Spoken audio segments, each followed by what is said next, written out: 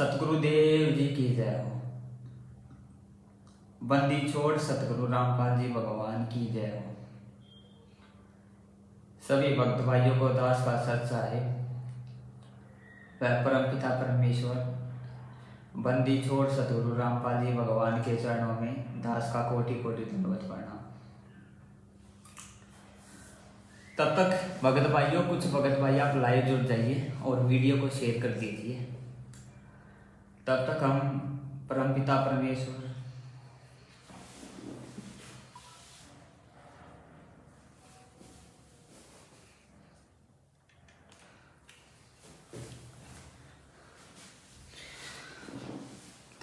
परमपिता परमेश्वर बंदी छोड़ सतगुरु रामपाल जी भगवान का जो है मंगलाचरण कर लेते हैं। सत साय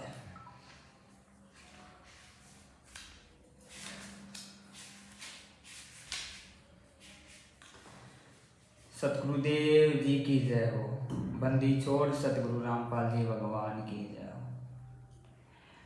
ग्रीव नमो नमो सतपुरुष को नमस्कार गुरु की नहीं। सुर नर मुनि जन साधवा संतो सर्वस दीन नहीं। सतगुरु साहेब संत सब दंडोतम प्रणाम। आगे पीछे मध्य हुए तीन पूजा कुर्बान।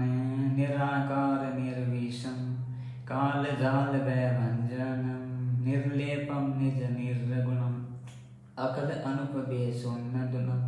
सोहम सुरति समाप्तम सकल समानानि रत्न। उजल हिरंबर हरदम बेपरवाह था है वार पार नहीं मदद। ग्रीव जो सुमर सिद्ध होई गणनायक गलताना।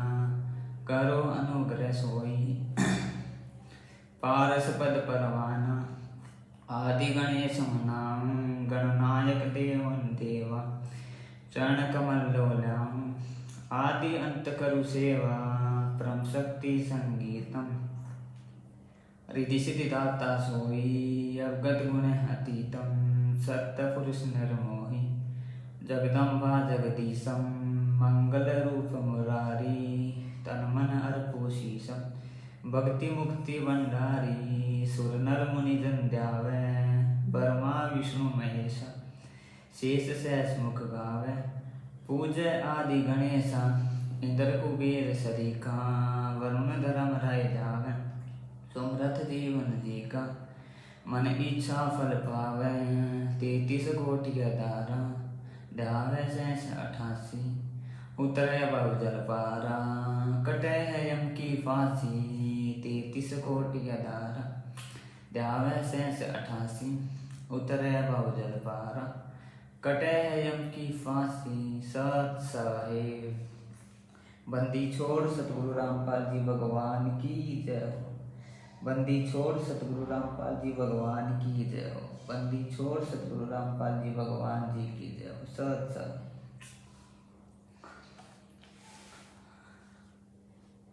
सत्सार भाइयों और बहनों, आज पवन भगत जी जो है, पवन दास जी जो है, वो कुछ काम से बाहर गए हैं। तो दास आज का जो शंका समाधान का विषय है, तो दास आज उस पर लाइव आया है। परमेश्वर की दया से परमात्मा ने दया की है। तो आज का जो शंका समाधान का जो है विषय है हमारा, उसको जो है परमपिता परमेश्वर की दया से दास ज्ञानाधार से बताने की कोशिश करेगा। सत साहेब तो भगत भाइयों, जैसा कि आप लोगों को पता है, आगामी 14 जून को कबीर प्रकट दिवस मनाया जाना है। आगामी 14 जून को कबीर प्रकट दिवस मनाया जाना है।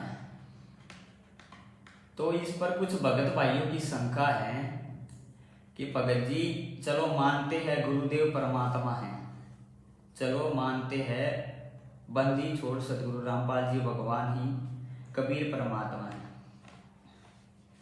तो उनकी शंका ये रहती है कि हम जो दाढ़ी मूछ वाली जो फोटो देखते हैं, कबीर जी की जो फोटो है, उस फोटो की पूजा तो गुरु जी भी करते थे उस फोटो को तो गुरु जी भी कबीर परमात्मा बताते थे। तो हमें जो है उस फोटो की पूजा करना, पूजा छोड़ना, उस फोटो को त्यागना ठीक नहीं लग रहा है। तो ये कुछ भगत भाइयों की शंका है।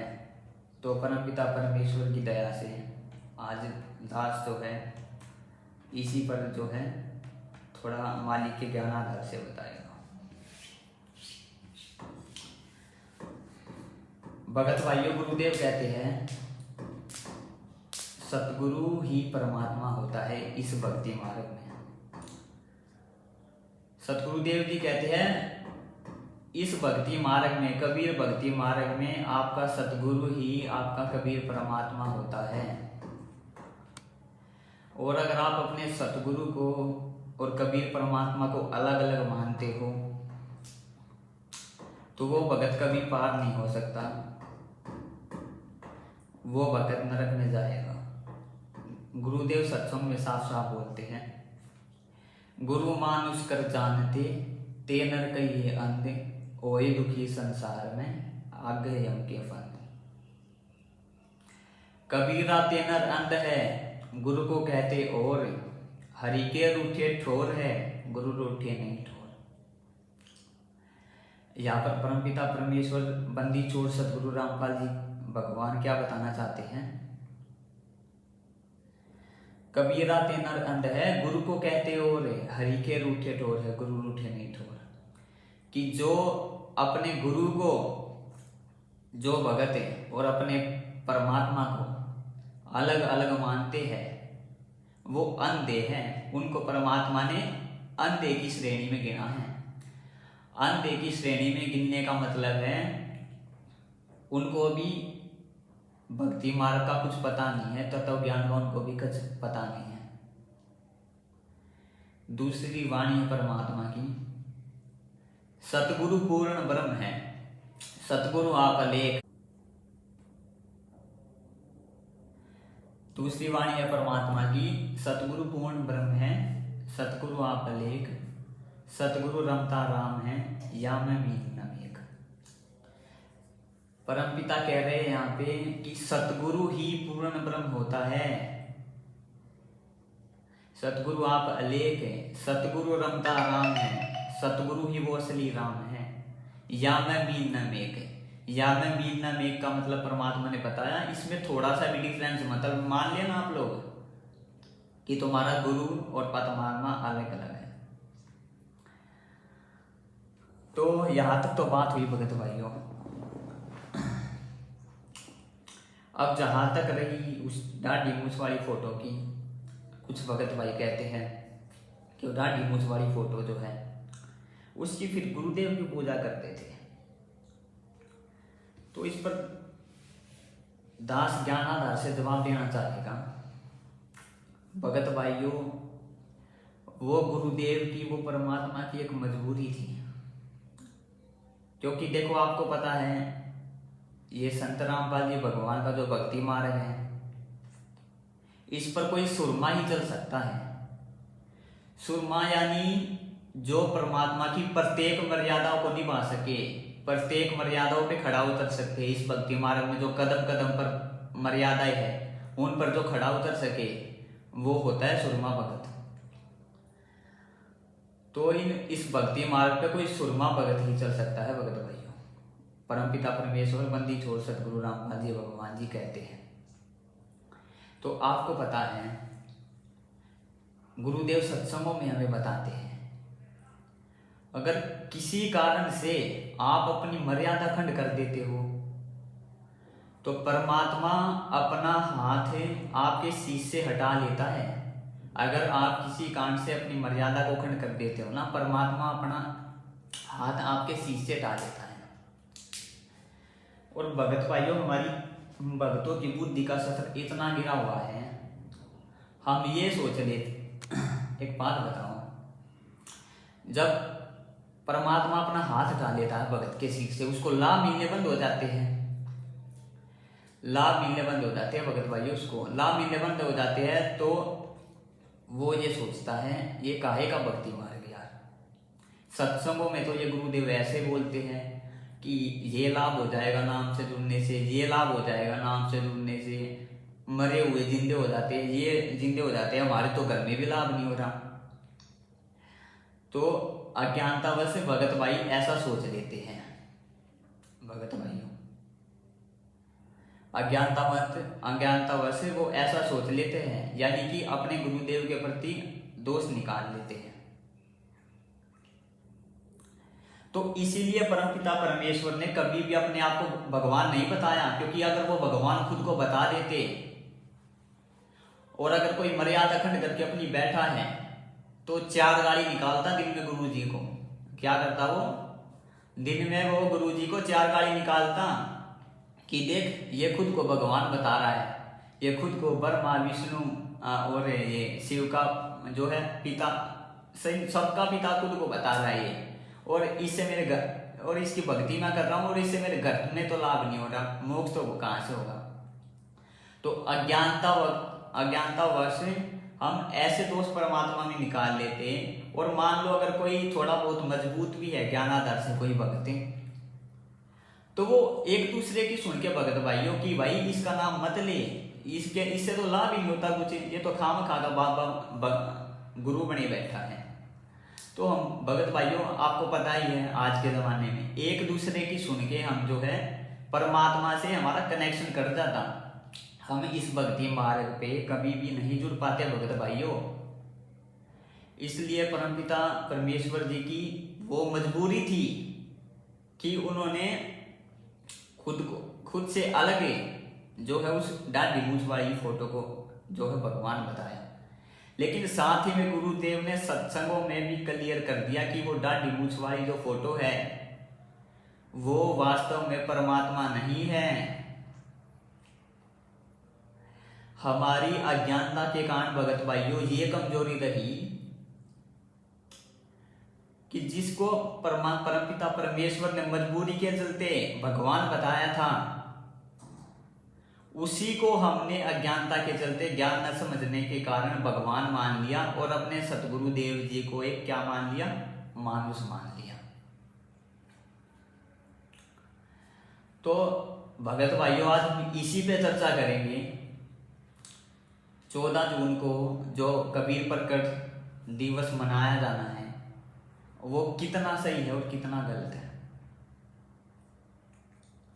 देखो, एक दास आपको उदाहरण देता है छोटा सा।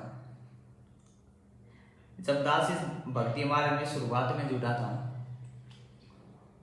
दास भी संत रामपाल जी को, जब दास इस भक्ति मार्ग में शुरुआत में जुड़ा था तो दास भी परमपिता परमेश्वर को और कबीर जी को अलग अलग मानता था। तो दास जब दंडवत प्रणाम करता था तो दास ये सोचता था कि मैं इस दाढ़ी मूंछ वाली फोटो को दंडवत प्रणाम करूं या गुरु जी को दंडवत प्रणाम करूं। आप भी बहुत सारे भगत भाई ऐसा ही सोचते होंगे कि मैं दाढ़ी मूंछ वाली फोटो को प्रणाम करूं या परमपिता परमेश्वर बंदी छोड़ सतगुरु रामपाल जी भगवान को दंडवत प्रणाम करूं। तो कभी कभी तो दास दाढ़ी मूंछ वाली फोटो से प्रार्थना करता था, कभी कभी दास गुरुदेव से जो है प्रार्थना करता था, क्योंकि दास को भी उस टाइम पे जो है ज्ञान नहीं था, और भी बहुत भगत भाइयों को इस चीज का भी ज्ञान नहीं है जो अभी सतलोक आश्रम मैनेजमेंट हरियाणा से जुड़े हुए हैं।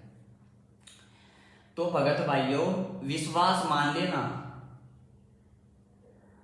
जब तक आप गुरु और परमात्मा को अलग मानोगे तो आपका इस भक्ति मार्ग में कभी भी विश्वास नहीं बन पाएगा, जिसको बोलते हैं कॉन्फिडेंस। आपका इस भक्ति मार्ग में कभी भी कॉन्फिडेंस या विश्वास नहीं बन पाएगा, क्योंकि जब प्रार्थना करने का समय आएगा, परमपिता भगवान के बारे में सोचने का समय आएगा, आप उस टाइम पे कंफ्यूज हो जाओगे कि मैं दाढ़ी मूंछ वाली उस फोटो से जो काल्पनिक चित्र है कबीर जी का उससे प्रार्थना करूं या संत रामपाल जी अपने गुरुदेव से प्रार्थना करूं।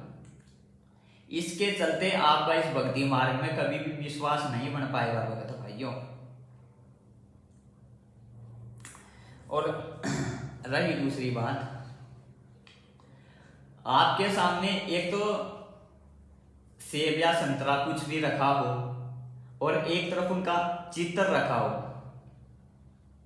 तो आप किस चीज को खाओगे भगत भाइयों अगर आपको भूख लगी है तो? ऑब्वियसली ये तो सीधी सी बात है भगत भाइयों, आप जो असलियत में सेब या संतरा केले जो भी रखे आप उनको खाओगे, ना कि फोटो को खाओगे। फोटो को खाने की जो है एक्टिंग तो वो करेगा जो कोई मूर्ख होगा, जिसको ज्ञान नहीं होगा, बिल्कुल ही जो है मंदबुद्धि होगा। तो भगत भाइयों आज हमें भक्ति की भूख है, आज हमें क्या है, भक्ति की भूख है। तो हमारी भक्ति की भूख को भगत भाइयों आज कौन मिटाएगा? गुरुदेव मिटाएंगे या वो फोटो मिटाएगी? आज हमारी भक्ति की भूख को गुरुदेव मिटाएंगे या वो फोटो मिटाएगी, जो ना तो हमें सत्संग सुना सकती है क्या? नहीं सुना सकती ना। जो ना हमें आशीर्वाद दे सकती, नहीं दे सकती।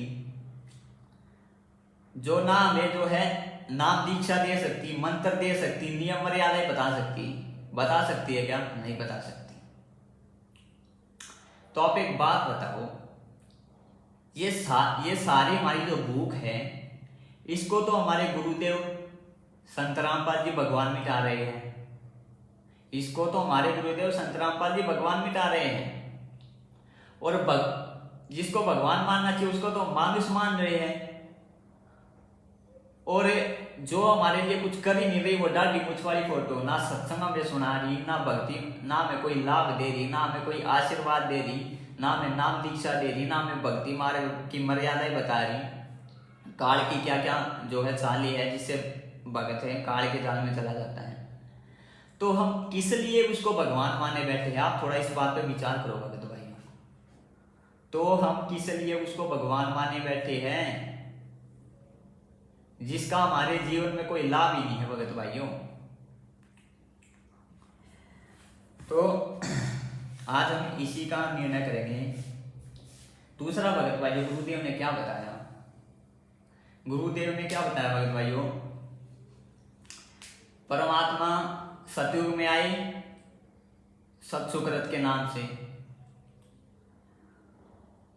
द्वापर में आए करुणामय के नाम से, त्रेता में आए मुनींद्र जी के रूप में, और कलयुग में आए कबीर जी के नाम से। परमात्मा ने हमें, और वैसे भी परमात्मा बता दे कि परमात्मा जगह जगह प्रकट होते रहते हैं।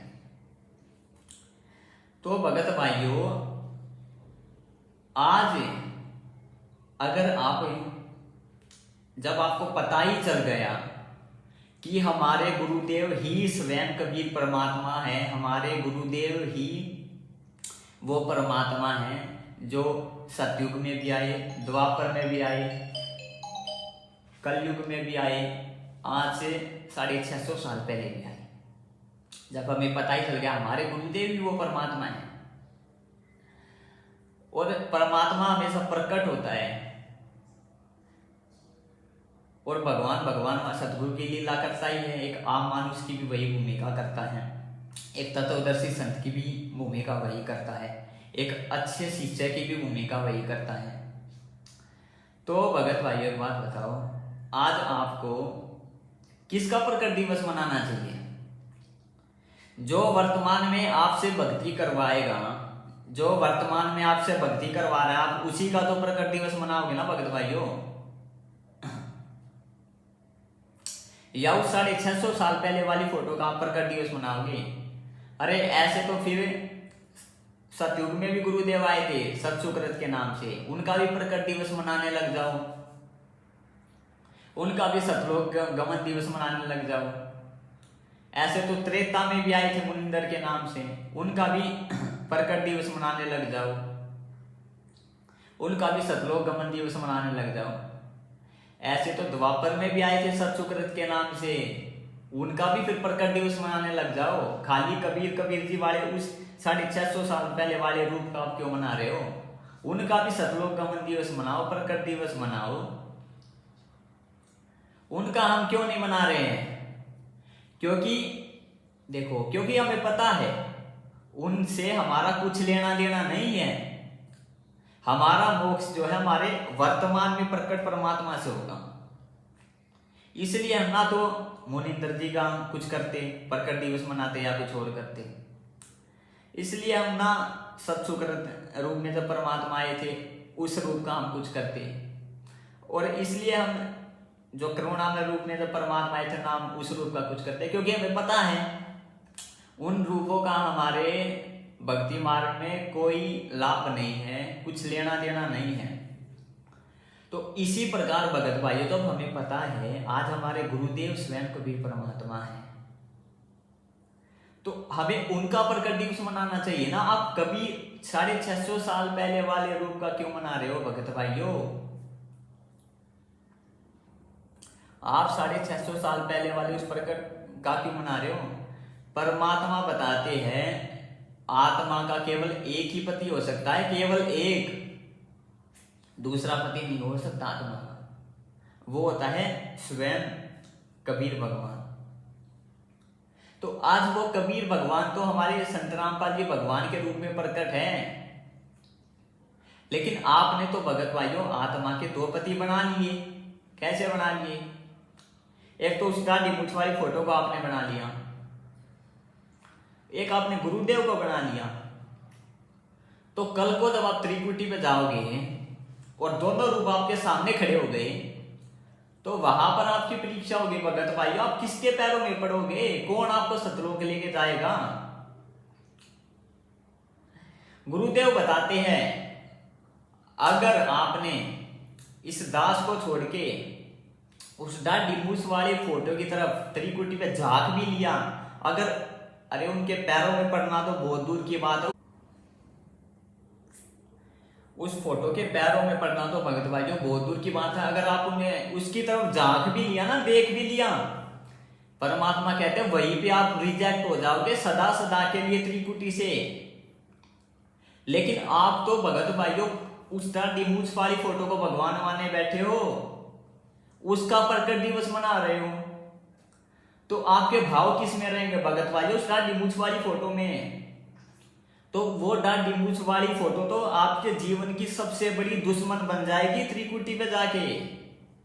आपके जीवन की सबसे बड़ी दुश्मन वो दाढ़ी मूंछ वाली फोटो बनेगी त्रिकुटी पे जाके, जहां पर भगत की असली परीक्षा होती है। गुरुदेव क्या बताते हैं सत्संगों में? आपको परमात्मा इस दास के रूप में मिलेंगे, बताते हैं, ठीक है। लेकिन जब आपको लेकिन आप जब त्रिकुटी पे जाओगे ना, तो आपको सवपन सा होगा। सवपन सा यानी कि जैसे आप सवपन देख रहे हो, आप जब शरीर छोड़ोगे ना, त्रिकुटी पे जाओगे तो आपको सवपन सा होगा। आपको पता नहीं चलेगा कि मैंने शरीर छोड़ दिया है। और जब आप शरीर छोड़ दोगे, सवपन में होगे ना, तो आपके वही भाव सवपन में रहेंगे जो कि वास्तव में है। वास्तव में आपके भाव किस में है? दाढ़ी मूंछ वाली फोटो में। क्योंकि आप भगवान तो दाढ़ी मूंछ वाली फोटो को मानते हो। किसको भगवान मान रहे हो आप? दाढ़ी मूंछ वाली फोटो को। और किसका प्रकट? क्योंकि आप उसी का तो प्रकट दिवस मना रहे हो ना। आप 14 जून को अज्ञानता में जो भगत भाई सतलोक आश्रम मैनेजमेंट के पीछे लगे हुए हैं, वो उसका प्रकट दिवस मनाने की सोच रहे हैं। कितनी जोरों शोरों से तैयारियां कर रही है। वो अपने फैल होने की तैयारी कर रहे हैं, फैल होने की। क्योंकि उनके भाव तो दाढ़ी मूंछ वाली फोटो में है। वो दाढ़ी मूंछ वाली फोटो को भगवान मानते हैं। और सवपन में आपको पता नहीं चलेगा कि आपका शरीर छूट गया, जब आप सवपन सा होगा आपको। और आपके सवपन में भी उस दाढ़ी मूंछ वाली फोटो में ही भाव रहेंगे। और त्रिकुटी पे जब जाओगे आप, वहां पर आप फैल हो जाओगे भगत भाइयों, फैले। परमात्मा सदा सदा के लिए आपको रिजेक्ट कर देगा वहां से। तो इसलिए उस दाढ़ी मूंछ वाली फोटो से भगत का कुछ लेना देना नहीं होना चाहिए भगत भाइयों। तो आज परमपिता परमेश्वर जी के ही कुछ आपको प्रमाण दिखाए जाएंगे उस दाढ़ी मूंछ वाली फोटो के बारे में ही। उसके बाद में जो है आगे बात करेंगे भगत भाइयों। ध्यान से अब आप वीडियो को सुनना। इसमें सुनना परमपिता परमेश्वर गुरुदेव क्या बता रहे हो उस डांडी मूंछ वाली फोटो को, जिसको आप भगवान मानते हो, जिसका आप प्रकट दिवस मनाते हो, जिसका आप सतलोक गमन दिवस मनाते हो, जिसको आप भगवान मानने बैठे हो, जिसके आप जो है फर्जी आश्रमों में पाठ करवाते हो भगवान मान के, जिसको आप भोग लगाते हो, और भोग जिसको लगा भोग आप डांडी मूंछ वाली फोटो को लगा रहे हो। अरे जिंदा भगवान को तो आप, जिंदा भगवान का तो आप जन्मदिन मना रहे हो, और एक फोटो का, काल्पनिक फोटो का आप को जो आप भोग लगा के उसका प्रकट दिवस मना रहे हो। भगत भाइयों, ये हमारे सतलोक जाने के नहीं, हमारे नरक में जाने के लक्षण है, नरक में जाने के। तो सबसे पहले आप ये वीडियो सुनिए, इसमें गुरुदेव क्या बता रहे हैं डांडी मूंछ वाली फोटो के बारे में। यदि इस दास के स्थान पर आज कबीर परमेश्वर भी आ जाते,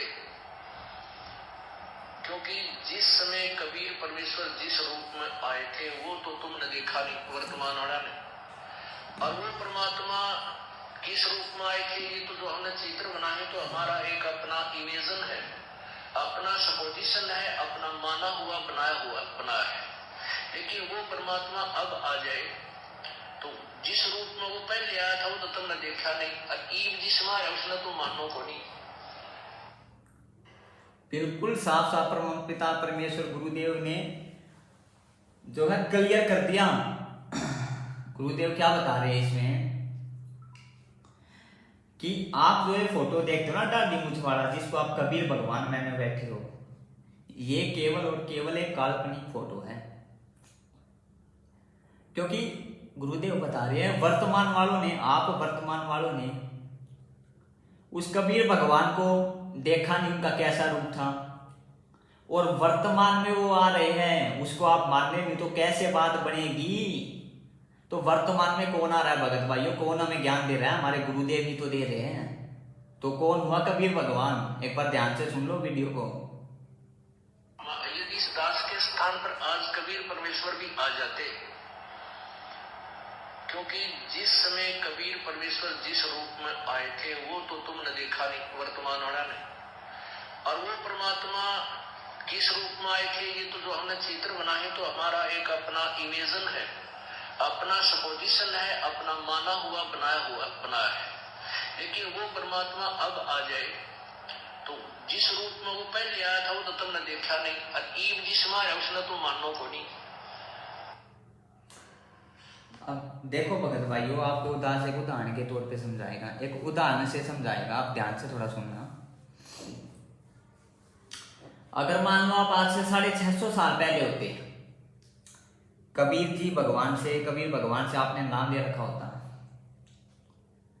क्योंकि परमपिता गुरुदेव जो है भगवान जो है कबीर भगवान जी जो है हमारे गुरुदेव संत रामपाल जी भगवान है, जब भी लीला करते हैं तो एक मानुष की लीला करते हैं। वो हमेशा भगवान को अपने से दूसरा प्रदर्शित करते हैं, अपने से भगवान को दूसरा बताते हैं। उसका रीजन मैंने, कारण जो है मैंने आपको बता ही दिया है वीडियो में स्टार्टिंग में कि उसका क्या कारण है। हमारी मंद बुद्धिता के चलते, हमारी भक्ति मार्ग में कमजोरी के चलते कबीर भगवान जो है वो गुरुदेव जो है अपने आप को भगवान से अलग प्रदर्शित करते हैं, यानी अपने को और भगवान को भिन्न भिन्न बताते हैं। मान लो आज आप आज से 650 साल पहले होते हैं भगत भाइयों, और आप उस समय पे कबीर जी को मानुष मान के, कबीर जी के उस रूप को आप मानुष मान के, और मुनिंदर जी को उस टाइम पे, वो भी तो परमात्मा का रूप है ना, आप मुनिंदर जी को भगवान मानते हैं, मुनिंदर जी का प्रकट दिवस मनाते हैं, मुनिंदर जी का सतलोक गमन दिवस मनाते हैं, तो क्या आप पार हो जाते भगत भाइयों? अगर मान लो वो 64 लाख वाली परीक्षा नहीं भी होती और आप भगवान को तो एक मानुष मानते उस टाइम पे, क्योंकि भगवान तो हमेशा अपने आप को मानुष ही बताता है कि वो तो परमात्मा पिछली पीढ़ी में भक्तों जो है दया करते हैं, अपनी जो है पहचान कराते हैं भक्तों को, शिक्षा दे के, ऐसे नहीं कराते, शिक्षा के दे के कराते हैं। तो क्या आप उस टाइम पे पार हो जाते क्या? क्योंकि आप उस भगवान को तो उस टाइम पे मानुष मानती, जैसे आज वर्तमान कबीर रूप को आप मानुष मान रहे हो। और मुनींद्र जी का प्रकट दिवस मनाते, मुनींद्र जी को भोग लगाते, मुनींद्र जी का आप सतलोक गमन दिवस मनाते। तो एक बार गहराई से इस बात पर विचार करें कि आप उस टाइम पे पार हो जाते क्या भगत भाइयों? नहीं होते। तो सेम आज ही तो हो रहा है, सेम टू सेम लीला आज हो रही है भगत भाइयों। जब आज आप वर्तमान कबीर को मानुष मान के उनका जन्मदिन मना रहे हो और भगवान दूसरी उस काल्पनिक फोटो को आप मान रहे हो, तो आज आप वर्तमान में कैसे पार हो जाओगे? कैसे आप वर्तमान में सतलोक चले जाओगे? सतलोक जाना तो बहुत दूर की बात है भगत भाइयों। परमात्मा रिजेक्ट मार देगा, रिजेक्ट। वो परमात्मा कहते हैं ना, जिंदगी में 2 मौके और एक बॉल पे 2 छक्के बहुत ही कम लोगों को मिलते हैं। तो पहला मौका हम खो चुके हैं 650 साल पहले। ये भगत भाइयों दूसरा मौका है, दूसरा और आखिरी मौका। अगर इस मौके को भी हमें खो देंगे तो बात नहीं बनेगी। फिर एक बार फिर से सुनिए सज्जन, इसके बारे में इसमें बात करेंगे। यदि इस दास के स्थान पर आज कबीर परमेश्वर भी आ जाते, क्योंकि जिस समय कबीर परमेश्वर जिस रूप में आए थे वो तो तुमने देखा नहीं, वर्तमान वाला ने। और वो परमात्मा किस रूप में आए थे, ये तो जो हमने चित्र बनाए तो हमारा एक अपना इमेजन है, अपना सपोजिशन है, अपना माना हुआ बना है। लेकिन वो परमात्मा अब आ जाए तो जिस रूप में वो पहले आया था वो तो तुमने देखा नहीं, और ईब जिसमें आया उसने तो मानो को नहीं। गुरुदेव क्या कह रहे हैं? वो परमात्मा अब आ जाए, वो जिस रूप में पहले आया था वो तो आपने देखा नहीं। सीधा सीधा रिजेक्ट कर रहे हैं परमात्मा यहाँ पर उस दाढ़ी मूंछ वाली काल्पनिक फोटो को। और जिस रूप में अब आ जाए उसको आप मानो नहीं, तो कैसे बात बनेगी? कैसे यहां से पीछा छूटेगा? कैसे गाड़ के जाड़ से आप निकलोगे? भगवान समझा रहे हैं, कोई मैं अपनी तरफ से नहीं बोल रहा हूं भगत भाइयों। तो आप विचार करना इस पे, जो भगत भाई वीडियो को देख रहे हो, नए नए भक्ति मार्ग से जुड़े हैं और प्रकट दिवस मनाने की सोच रहे हैं। तो अब देखो अगला वीडियो देखो, इसी के ऊपर है। वीडियो को थोड़ा ध्यान से सुनना भगत भाइयों। जो हम चित्र देखते हैं प्रभु का, ऐसा चित्र नहीं है। वो तो ना जाने कितने स्वरूप है उस मालिक के, वो किसी भी रूप में आकर के अपना ज्ञान बताता है, अपनी प्यारी आत्माओं को अपने चरणों में लगा के भक्ति करवा के सतलोक ले जाता है। अब आज हम भगवान की तलाश कर रहे हैं, और परमात्मा क्या अनमोल वस्तु है, क्या अनमोल है, कितना उसके अंदर गुण है। यदि आज हमें वो मिल जाए, आपके सामने आ जाए, तो आपकी क्या स्थिति होगी? एक बार सोचना, जो भक्त आत्माएं हैं गहराई से सोचे। अब जैसे भूखे को भोजन सामने मिल जाए और निर्धन को सामने धन की थैली नजर आवे, तो कैसी तरफ होगी उसकी? प्यासे को पानी मिल जावे तो कैसे श्रद्धा करेगा, टूट कर पड़ेगा उसके ऊपर। धन है तो ठाकर सीने का यूं देख कर भाग लेगा, छुपा चुकी तो इसने कोई देख ना ले। और सामने भोजन है तो ऐसे सब टूट के पड़ जाएगा, फटाफट खाएगा, अपनी जान बचाएगा। ऐसे ही हमें जो परमात्मा आज मिल जाए, आपके सामने आ जाए, क्योंकि हम उसी की तलाश में तो भटक रहे हैं, तो आपकी कैसी श्रद्धा होगी ये आप अपने अपने स्तर से सोच सकते हैं। अब वो भगवान यहाँ आ जाए, अरदास के स्थान पर बैठकर सत्संग करने लग जाए, क्योंकि ज्ञान तो देना ही पड़ेगा। गुरु और गोविंद दोनों है। तो शुरुआत इसमें जो है 2 मेन पॉइंट है भगत भाइयों, जो हमने देखने हैं मालिक के ज्ञान आधार से। शुरुआत में गुरुदेव ने क्या बोला इसमें कि आप जो वो फोटो देखते हो दाढ़ी मूंछ वाली 650 साल पहले वाली, वो एक काल्पनिक फोटो है, ऐसा चित्र नहीं है प्रभु का। गुरुदेव क्या बोल रहे हैं? ऐसा चित्र नहीं है प्रभु का। वो तो कोई भी रूप बना सकते हैं, किसी भी रूप में आ जाते हैं। आगे क्या बोला? अपनी प्यारी आत्माओं को अपने चरणों में लगाते हैं और सतलोक लेके जाते हैं। तो विचार करो भगत भाइयों, आज हमें अपने चरणों में किसने लगा रखा है? आज हमें अपने चरणों में उस दाढ़ी मूछ वाली फोटो ने लगा रखा है क्या? वो दाढ़ी मूछ वाली हमें फोटो में आशीर्वाद दे रही है क्या? वो दाढ़ी मूछ वाली फोटो में सत्संग सुना रही है क्या? नाम दीक्षा दे रही है क्या? नियम मर्यादा बता रही है क्या? तो आज हमें अपने चरणों में किसने लगा रखा है भगत भाइयों? संत रामपाल जी भगवान ने। तो कौन हुए? कबीर परमात्मा। परमात्मा क्या कह रहे हैं? वो तो किसी भी रूप में आ सकते हैं और अपनी प्यारी आत्मा को अपने चरणों में लगा के सतलोक ले जाते हैं। एक बार फिर से सुने। जो हम चित्र देखते हैं प्रभु का, ऐसा चित्र नहीं है। वो तो ना जाने कितने स्वरूप है उस मालिक के। वो किसी भी रूप में आकर के अपना ज्ञान बताता है, अपनी प्यारी आत्माओं को अपने चरणों में लगा के भक्ति करवा के सतलोक ले जाता है। तो यहाँ पर आपको बिल्कुल क्लियर हो जाना चाहिए भगत भाइयों, वर्तमान में कौन कबीर भगवान है। और जैसा कि दास ने आपको मुनिंदर जी वाला उदाहरण दिया, आप वही गलती कर रहे हो। 14 जून को प्रकट दिवस मना के 14 जून को प्रकट दिवस मनाने वाला भगत वही गलती करेगा, फिर तो परमपिता परमेश्वर सतगुरु रामपाल जी भगवान ही जाने उसके साथ क्या होगा क्या नहीं होगा। उसको फिर से मौका देना है या नहीं देना है, उसकी माफी होगी या नहीं होगी। क्योंकि भगत भाइयों, परमात्मा हमें 8 साल से मौके ही देते आ रहे हैं जेल में बैठने के बाद में, कि समझ जाए ये लोग, समझ जाए कैसे ना कैसे। अब तो मेरे को भगवान मान ले, अब तो मेरे को भगवान मान ले, कैसे ना कैसे तो ये समझ जाए। परमात्मा हमें मौके ही दे रहे हैं भगत भाइयों 8 साल से।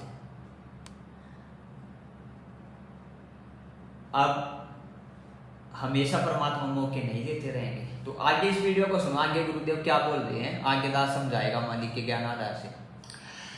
अब आज हम भगवान की तलाश कर रहे हैं, और परमात्मा क्या अनमोल वस्तु है, क्या अनमोल है, कितना उसके अंदर गुण है। यदि आज हमें वो मिल जाए,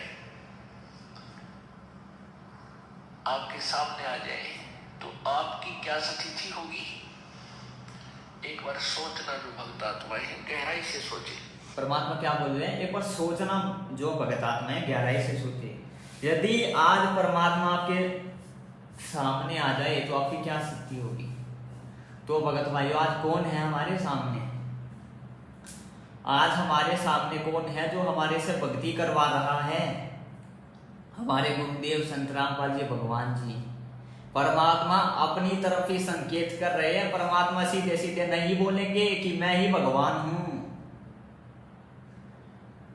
हमने ही ज्ञान आधार से उनसे दंडवत प्रणाम करके बार बार प्रार्थना करके, इसके लिए परमात्मा से प्रार्थना करनी पड़ेगी, तभी जाके परमात्मा पहचान करवाएगा। ऐसे परमात्मा नहीं बोलेगा कि मैं ही कबीर परमात्मा हूं। क्योंकि भगत भाइयों, आज हमें बिचली पीढ़ी में जन्म मिला है। शिक्षा युग जिसको बोलते हैं। आज सारा समाज जो है पढ़ा लिखा है। गुरुदेव ने क्या बताया सत्संगों में? 650 साल पहले आज से हमारे जो फेल होने का, रिजेक्ट होने का मुख्य कारण क्या था? सबसे बड़ा मुख्य कारण क्या था? हमने शिक्षा के अभाव में, ज्ञान के अभाव में, क्योंकि हम शिक्षित तो थे नहीं, अनपढ़ थे। ये पंडित जो थे हमें कुछ भी बता देते थे कि ये तो एक दानक है, जुलाहा है। तो शिक्षा के अभाव में हमने अपने गुरु को मानुष मानना था भगत भाइयों। और परमात्मा कहते हैं जो अपने गुरु को मानुष मानता है, एक ना एक दिन उसके अंदर में दोष आएगा ही आएगा और वो परमात्मा से रिजेक्ट कर दिया जाएगा।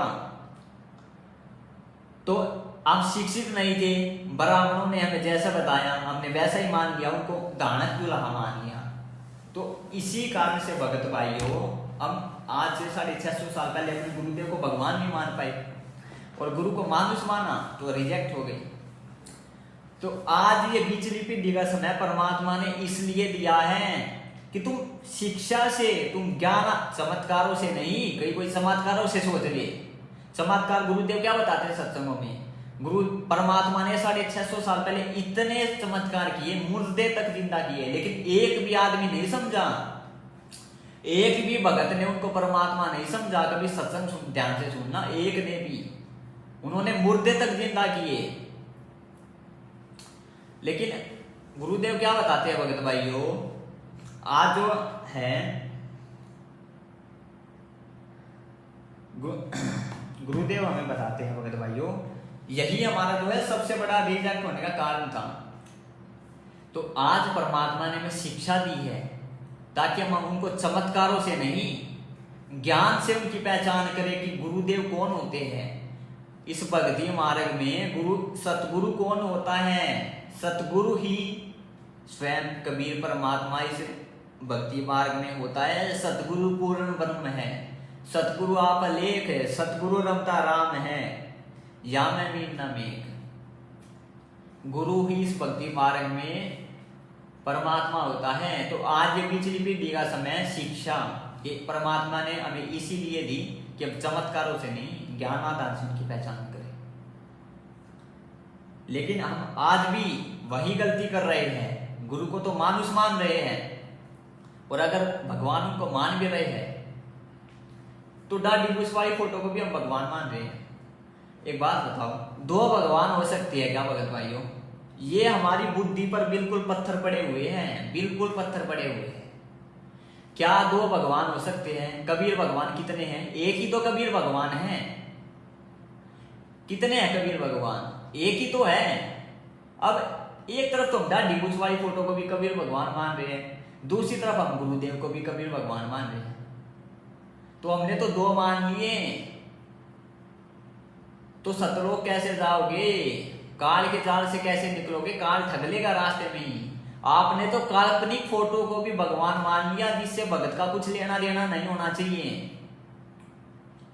जैसा कि दास ने उदाहरण दिया, आप अगर आज से 650 साल पहले होते और कबीर जी जैसा कि परमात्मा तो मानुष की लीला करते ही करते हैं, क्या उस टाइम पे आप मुनिंदर जी को भगवान मान लेते? अरे उस टाइम पे मुनिंदर जी की पूजा करने लग जाते हैं क्या पे? उस टाइम पे मुनिंदर जी को प्रकट दिवस मनाने लग जाते हैं क्या पे?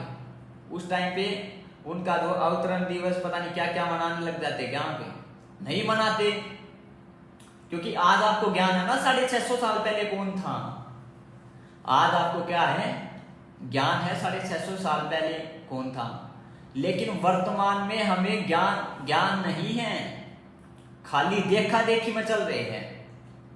अगर हमें वर्तमान में ज्ञान हो कि आज वर्तमान में जो प्रकट है वही कबीर भगवान है, तो क्या हम उस दाढ़ी मूंछ वाली फोटो को भगवान मान सकते हैं?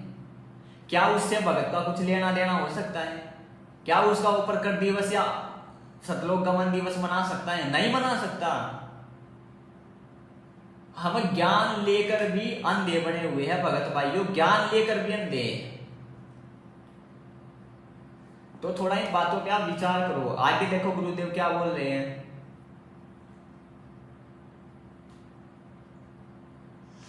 अब जैसे भूखे को भोजन सामने मिल जाए और निर्धन को सामने धन की थैली नजर आवे, तो कैसी तड़फ होगी उसकी। प्यासे को पानी मिल जावे तो कैसे श्रद्धा करेगा, टूट कर पड़ेगा उसके ऊपर।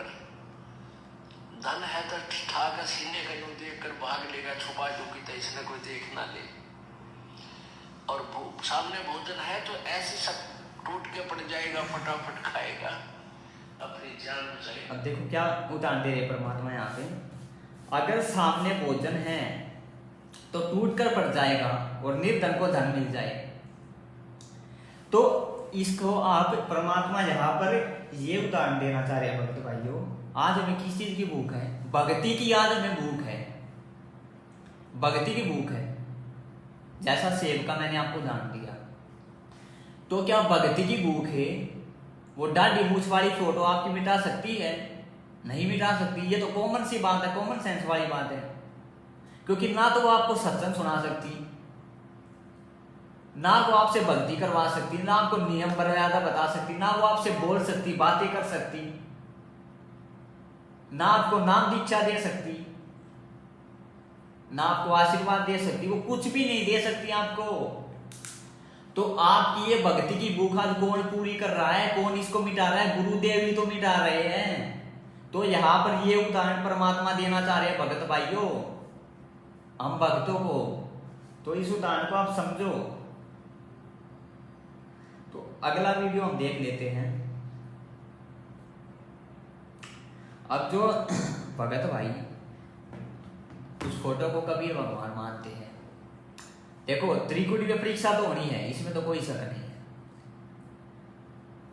और परमात्मा ने बताया जब आपको सौपन सा होगा ना, वास्तव अगर आप असलियत में जिसको भगवान मानते हो, आप सौपन में भी उसी को भगवान के रूप में स्वीकार करोगे।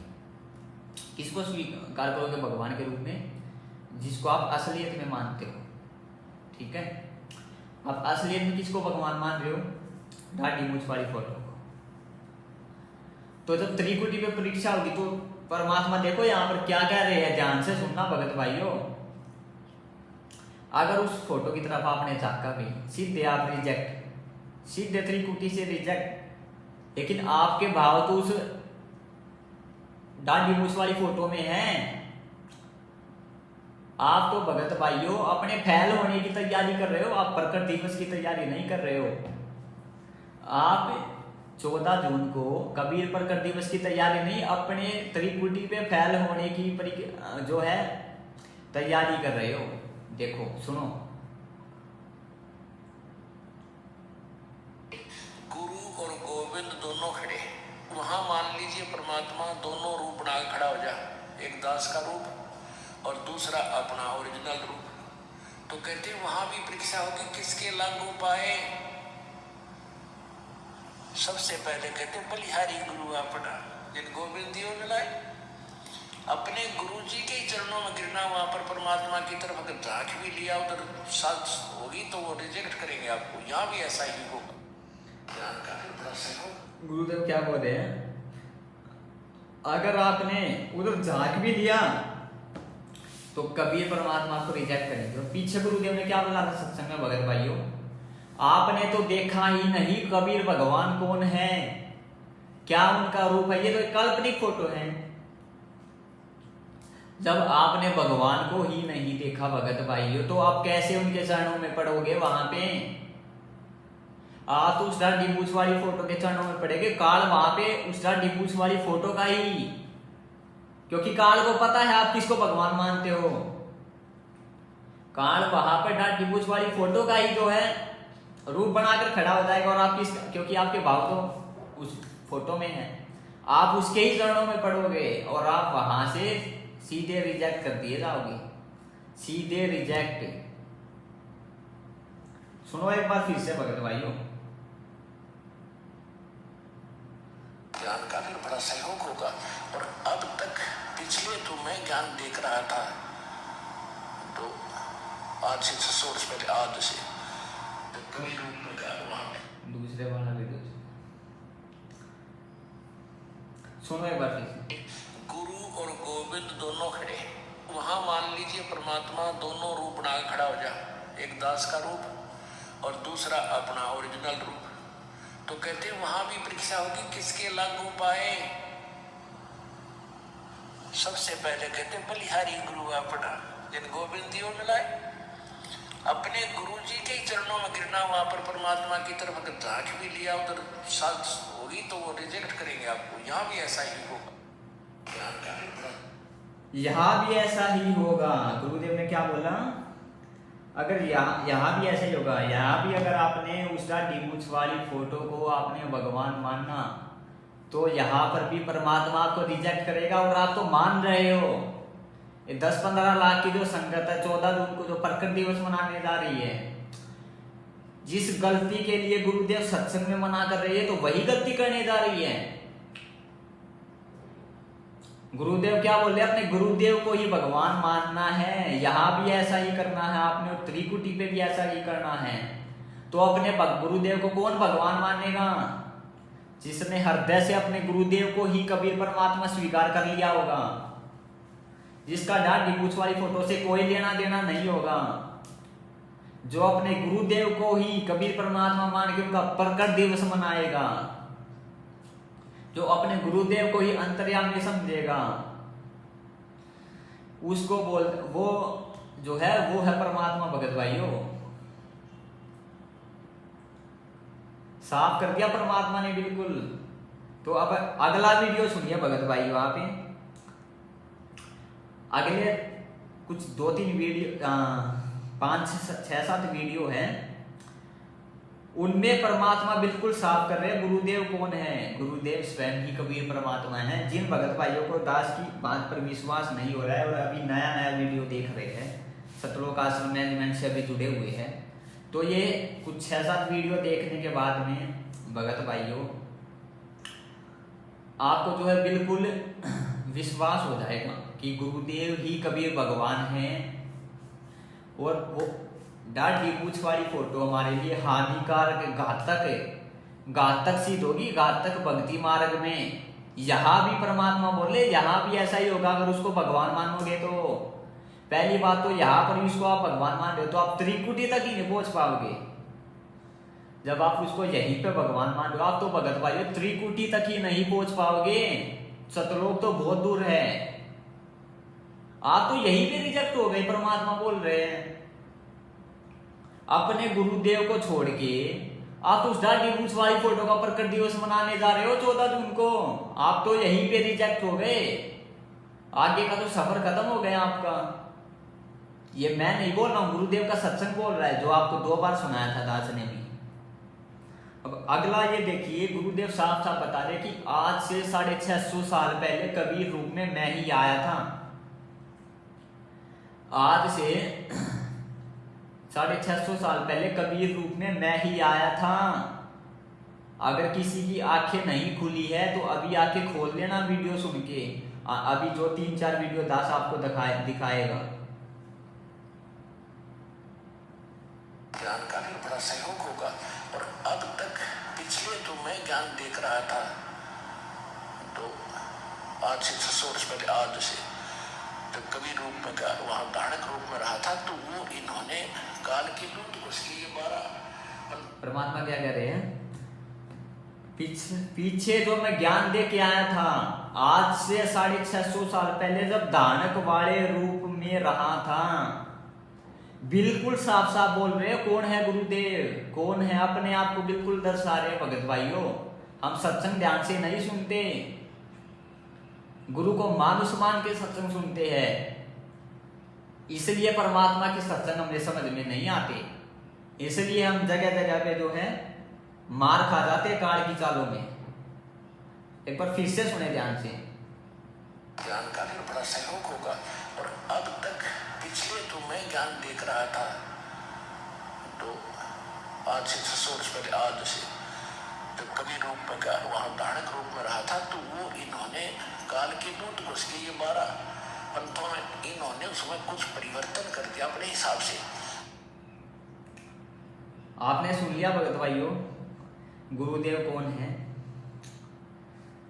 आप तो बिल्कुल शंका ही नहीं रहनी चाहिए, अगर शंका है तो वो आगे मिल जाएगी, आगे कुछ वीडियो देख के। अब आपको पता है केशव बंजारे के रूप में कौन आया था। केशव बंजारे के रूप में गुरुदेव बताते हैं कि उन्होंने ही अपना दूसरा रूप बनाया था, वो सतलोक से आए थे। अपना दूसरा रूप बनाया, सतलोक में गए, वहां से 9 लाख बैल लिए, उनको 18 लाख को भोजन कराने के लिए, और नीचे आए थे। अब देखो गुरुदेव क्या बोल रहे हैं कि वो केशव बंजारे के रूप में कौन था, ध्यान से सुनना। थोड़ा नेटवर्क का दिक्कत आ गया था भगत भाइयों, अभी ध्यान से सुनना। आज से 650 साल पहले केशव बंजारे के रूप में कौन आया था।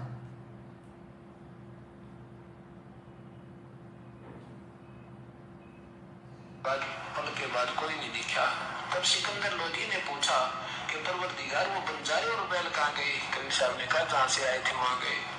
ये तो सतलोक से आए थे और ये दास स्वामी आया था लेकर के वहां से।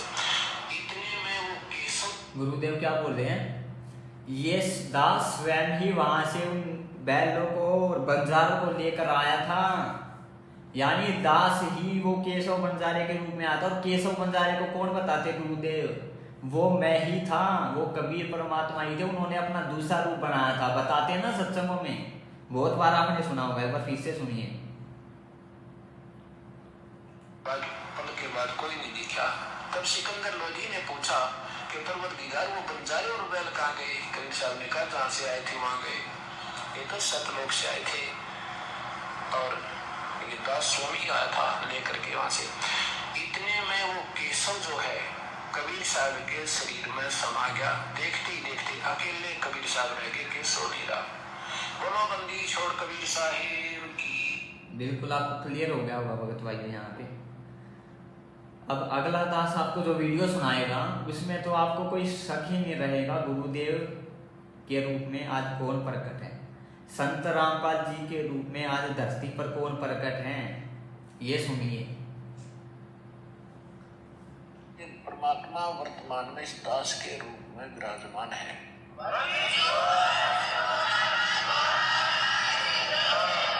भगवान जी परमात्मा वर्तमान में किसके रूप में विराजमान है?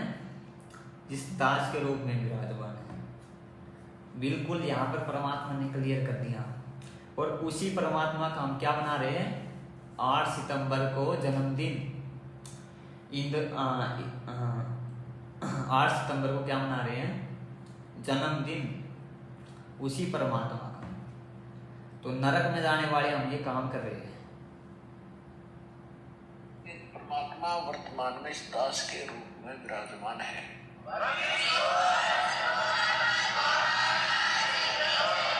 भगवान जी ये भगत भाइयों नरक में जाने की तैयारी है हमारी। जो भगत भाई अभी भी दाढ़ी मूछ वाली फोटो को भगवान मान रहे हैं और गुरुदेव को मानुष समझ रहे हैं, अरे जो भगवान है उसका तो आप जन्मदिन मना रहे हो, बहुत दिवस मना रहे हो, और भगवान को कोई ज्ञान करा सकता है क्या? क्या किसी की इतनी औकात है कि उस कबीर भगवान को जिसने सारी सृष्टि रची, जो आदि अनादि है, क्या उस आदि अनादि भगवान को कोई ज्ञान करा सकता है? इस भक्ति मार्ग का, जिसने पूरी दुनिया को भक्ति मार्ग का ज्ञान कराया, क्या उस भगवान को कोई भक्ति मार्ग का ज्ञान करा सकता है? अरे ज्ञान किसको कराया जाता है भक्ति मार्ग का? जिसको पहले से पता ना हो, जो मानुष हो, मानुष को ज्ञान कराया जाता है। और अब किसको ज्ञान, किसका बोध दिवस मना के साबित, बोध दिवस हम किसका मनाते? 17 फरवरी को संत रामपाल जी का। संत बोध दिवस मनाने का मतलब समझते हो? बोध दिवस मनाने का क्या मतलब है? अपने गुरुदेव को साबित कर देना कि मेरे गुरुदेव को 17 फरवरी को ज्ञान हुआ है इस भक्ति मार्ग का। उससे पहले मेरे गुरुदेव को इस भक्ति मार्ग के बारे में कै खे गै का भी नहीं पता था। यानी उससे पहले मेरे गुरुदेव इस भक्ति मार्ग में बिल्कुल जीरो थे, बिल्कुल जीरो, शून्य जिसको बोलते हैं। यानी 17 फरवरी 1988 से पहले मेरे गुरुदेव इस भक्ति मार्ग में बिल्कुल जीरो थे, जिनको कुछ भी ज्ञान नहीं था। बोध दिवस मना के 10-15 लाख की संगति ये साबित कर रही है, गुरु को मानुष साबित कर रही है। गुरु मानुष कर जानते ते नरक ये अंधे ओए दुखी संसार में आज्ञा यम के फंदे, आगे नरक मिलेगा, नरक। इसलिए दास आपको बता रहा है, जिसका आप प्रकट दिवस मनाने की सोच रहे हो, उस रूप से भगत का कुछ लेना देना नहीं होना चाहिए। वो लीला परमात्मा ने 650 साल पहले की थी और वो 650 साल पहले ही खत्म हो गई।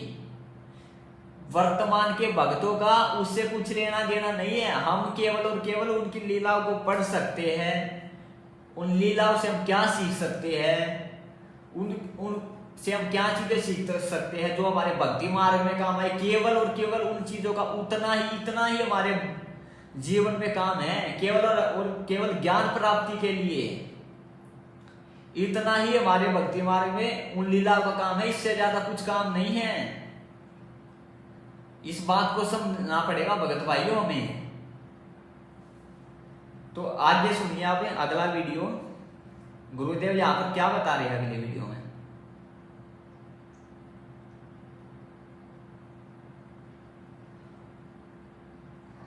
उनको भी भगवान चाहिए और भगवान ही सरेआम खड़ा, कति अग खड़ा और बिना पहचानोगे, धिक्कार है तुम्हारे ज्ञान और तुम्हारी विवेक को। गुरुदेव क्या कह रहे इस वीडियो में, हमें भगवान चाहिए। क्या चाहिए? हमें भगवान, और भगवान हमारे आगे खड़ा, और अब भी नहीं पहचानोगे तो धिक्कार है तुम्हारे बुद्धि और विवेक को। तो हमारे आगे हमारे गुरुदेव ही तो खड़े हैं। कौन सत्संग कर रहे हैं हमारे आगे? हमारे गुरुदेव। वो दाढ़ी मूछ वाली फोटो नहीं कर रही है जिसका आप प्रकट दिवस मनाने वाले हो भगवान मान के। वो आपको सत्संग नहीं सुनाती, वो आपको ज्ञान नहीं देती, वो भक्ति नहीं करवा रही आपसे। और जब हमने देखो इस सत्संग में गुरुदेव क्या बोल रहे हैं, आप भी नहीं पहचानोगे तो धिक्कार है तुम्हारे बुद्धि और विवेक को। अरे हमने तो पहचान लिया कबीर भगवान कौन है, उस दाढ़ी मूछ वाली फोटो को। तभी तो सत्संग में बैठे हुए, सत्संग में हम क्यों बैठे हुए हैं? उस कबीर दाढ़ी मूछ वाली फोटो को ही तो भगवान मान के सत्संग में बैठे हुए हैं। और गुरुदेव यहाँ पर क्या बोल रहे हैं कि अब भी भगवान को नहीं पहचानोगे तो धिक्कार है तुम्हारे बुद्धि और विवेक को। यानी हमने भगवान को तो पहचाना ही नहीं। जिसको हम भगवान मान रहे हैं वो भगवान नहीं है। जिसको हमें भगवान मान रहे वो भगवान नहीं है। उस भगवान को तो हमने पहचाना ही नहीं। गुरुदेव यहां पर अपनी तरफ संकेत कर रहे, मैं देखो भगवान अब सरेआम खड़ा, अब भी नहीं पहचानोगे तो धिक्कार है तुम्हारे बुद्धि और विवेक पे। इस बिचली पीढ़ी में जन्म लेकर भी शिक्षा ग्रहण करने पे परमात्मा बिल्कुल साफ साफ यहां पर कर रहे हैं। तो आगे देखो भगत भाइयों, परमात्मा आगे क्या कह रहे हैं। ये तो वैसे तो दास ने जो 2-3 शुरुआत में वीडियो दिखा, उसके बाद तो दिखाने का उसके बाद तो कोई प्रमाण दिखाने की जरूरत ही नहीं पड़नी चाहिए। लेकिन कुछ हमारे भगत है, भाई है, जो धीरे धीरे समझते हैं, धीरे धीरे जो है संकेतों को समझते हैं। तो दास उनके लिए 2-3 वीडियो और दिखा देता है। एक तो परमात्मा सामने आकर खड़ा हो गया कि आई एम गॉड। पहले भगत भाइयों सामने देख लो कौन खड़ा है, गुरुदेव। और गुरुदेव क्या बोले सत्संग में कि पुण्यात्माओं अब तो भगवान बिल्कुल सामने आके खड़ा हो गया, आई एम गॉड।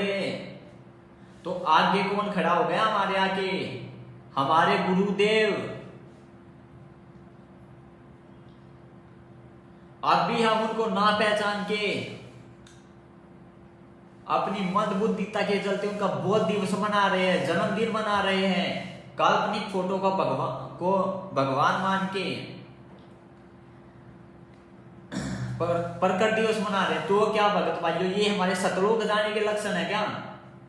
सतलोक में नहीं, ये संगत के नरक में जाने के लक्षण है भगत भाइयों, नरक में जाने के। सतलोक तो बहुत दूर की बात है। परमात्मा ने पीछे सत्संग में क्लियर कर दिया बिल्कुल। अगर इस त्रिकुटी तो बहुत दूर की बात है, अगर आप इस दास को यहां पर भी भगवान नहीं मानोगे तो आप यहीं पे रिजेक्ट कर दिए जाओगे। त्रिकुटी तो बहुत दूर की बात है, यहीं पे आप रिजेक्ट कर दिए जाओगे। और आए दिन संगत रिजेक्ट ही हो रही है।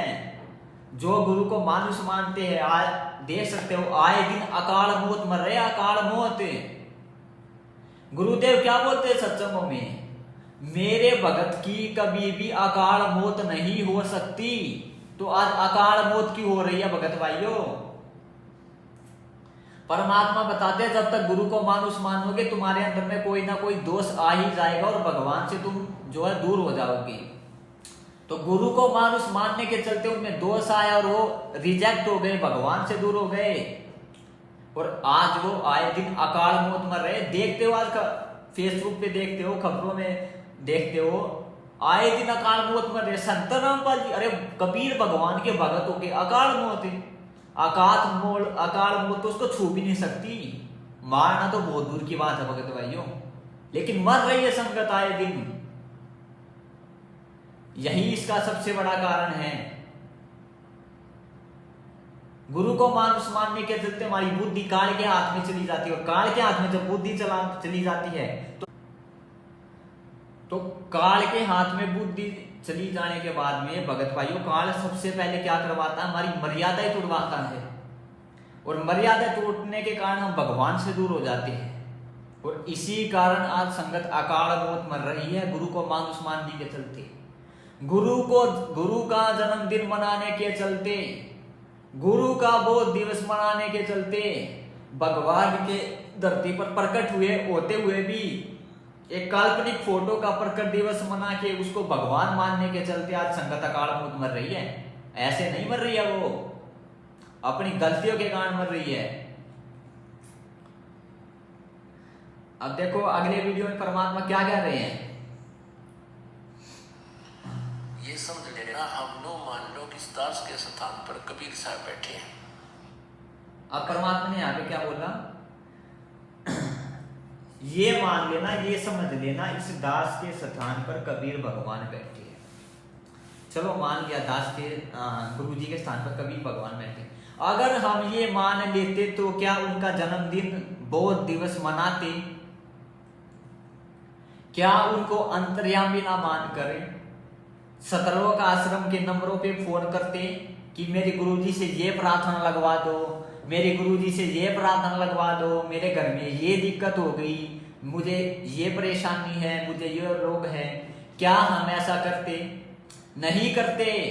अगर हमने अपने गुरुदेव को परमात्मा मान लिया होता, क्योंकि परमात्मा के गुण हमें पता है। क्या गुण है परमात्मा का? परमात्मा अंतर्यामी होता है। वो चींटी के पायल की भी आवाज सुन लेता है, तो अपने भगत की नहीं सुनेगा क्या? ऐसा तो हो ही नहीं सकता।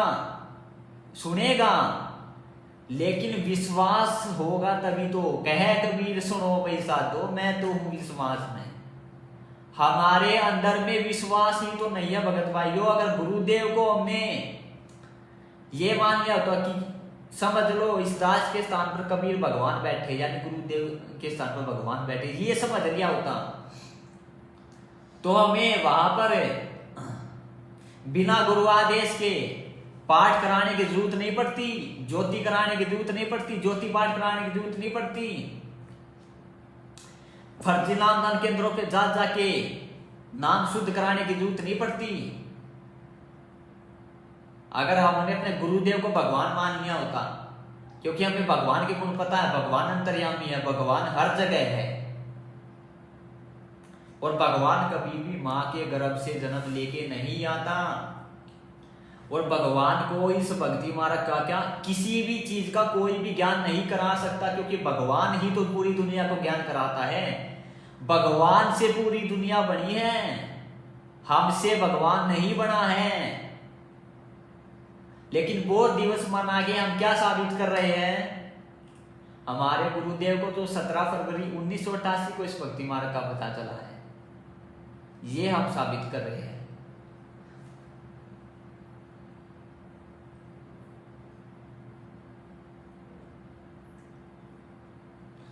तो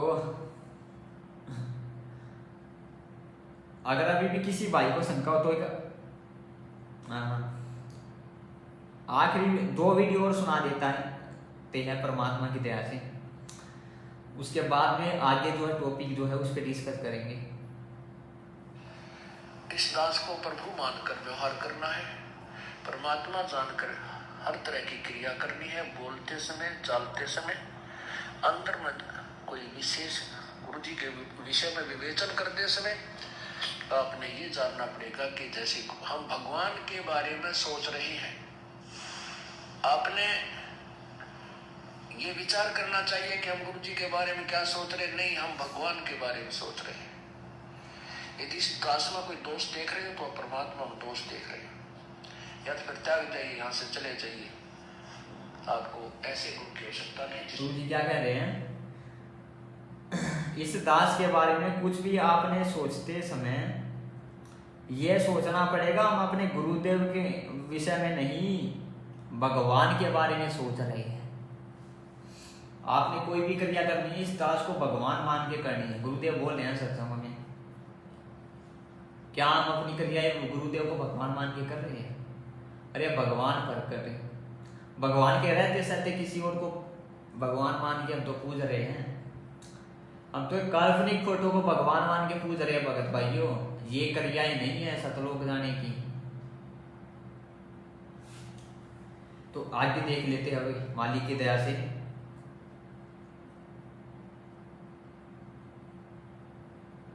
ये देखिए, जिस भगत भाई को अगर शंका हो कि गुरुदेव के जन्मदिन का आदेश आया था या नहीं आया था, ये देख लीजिए।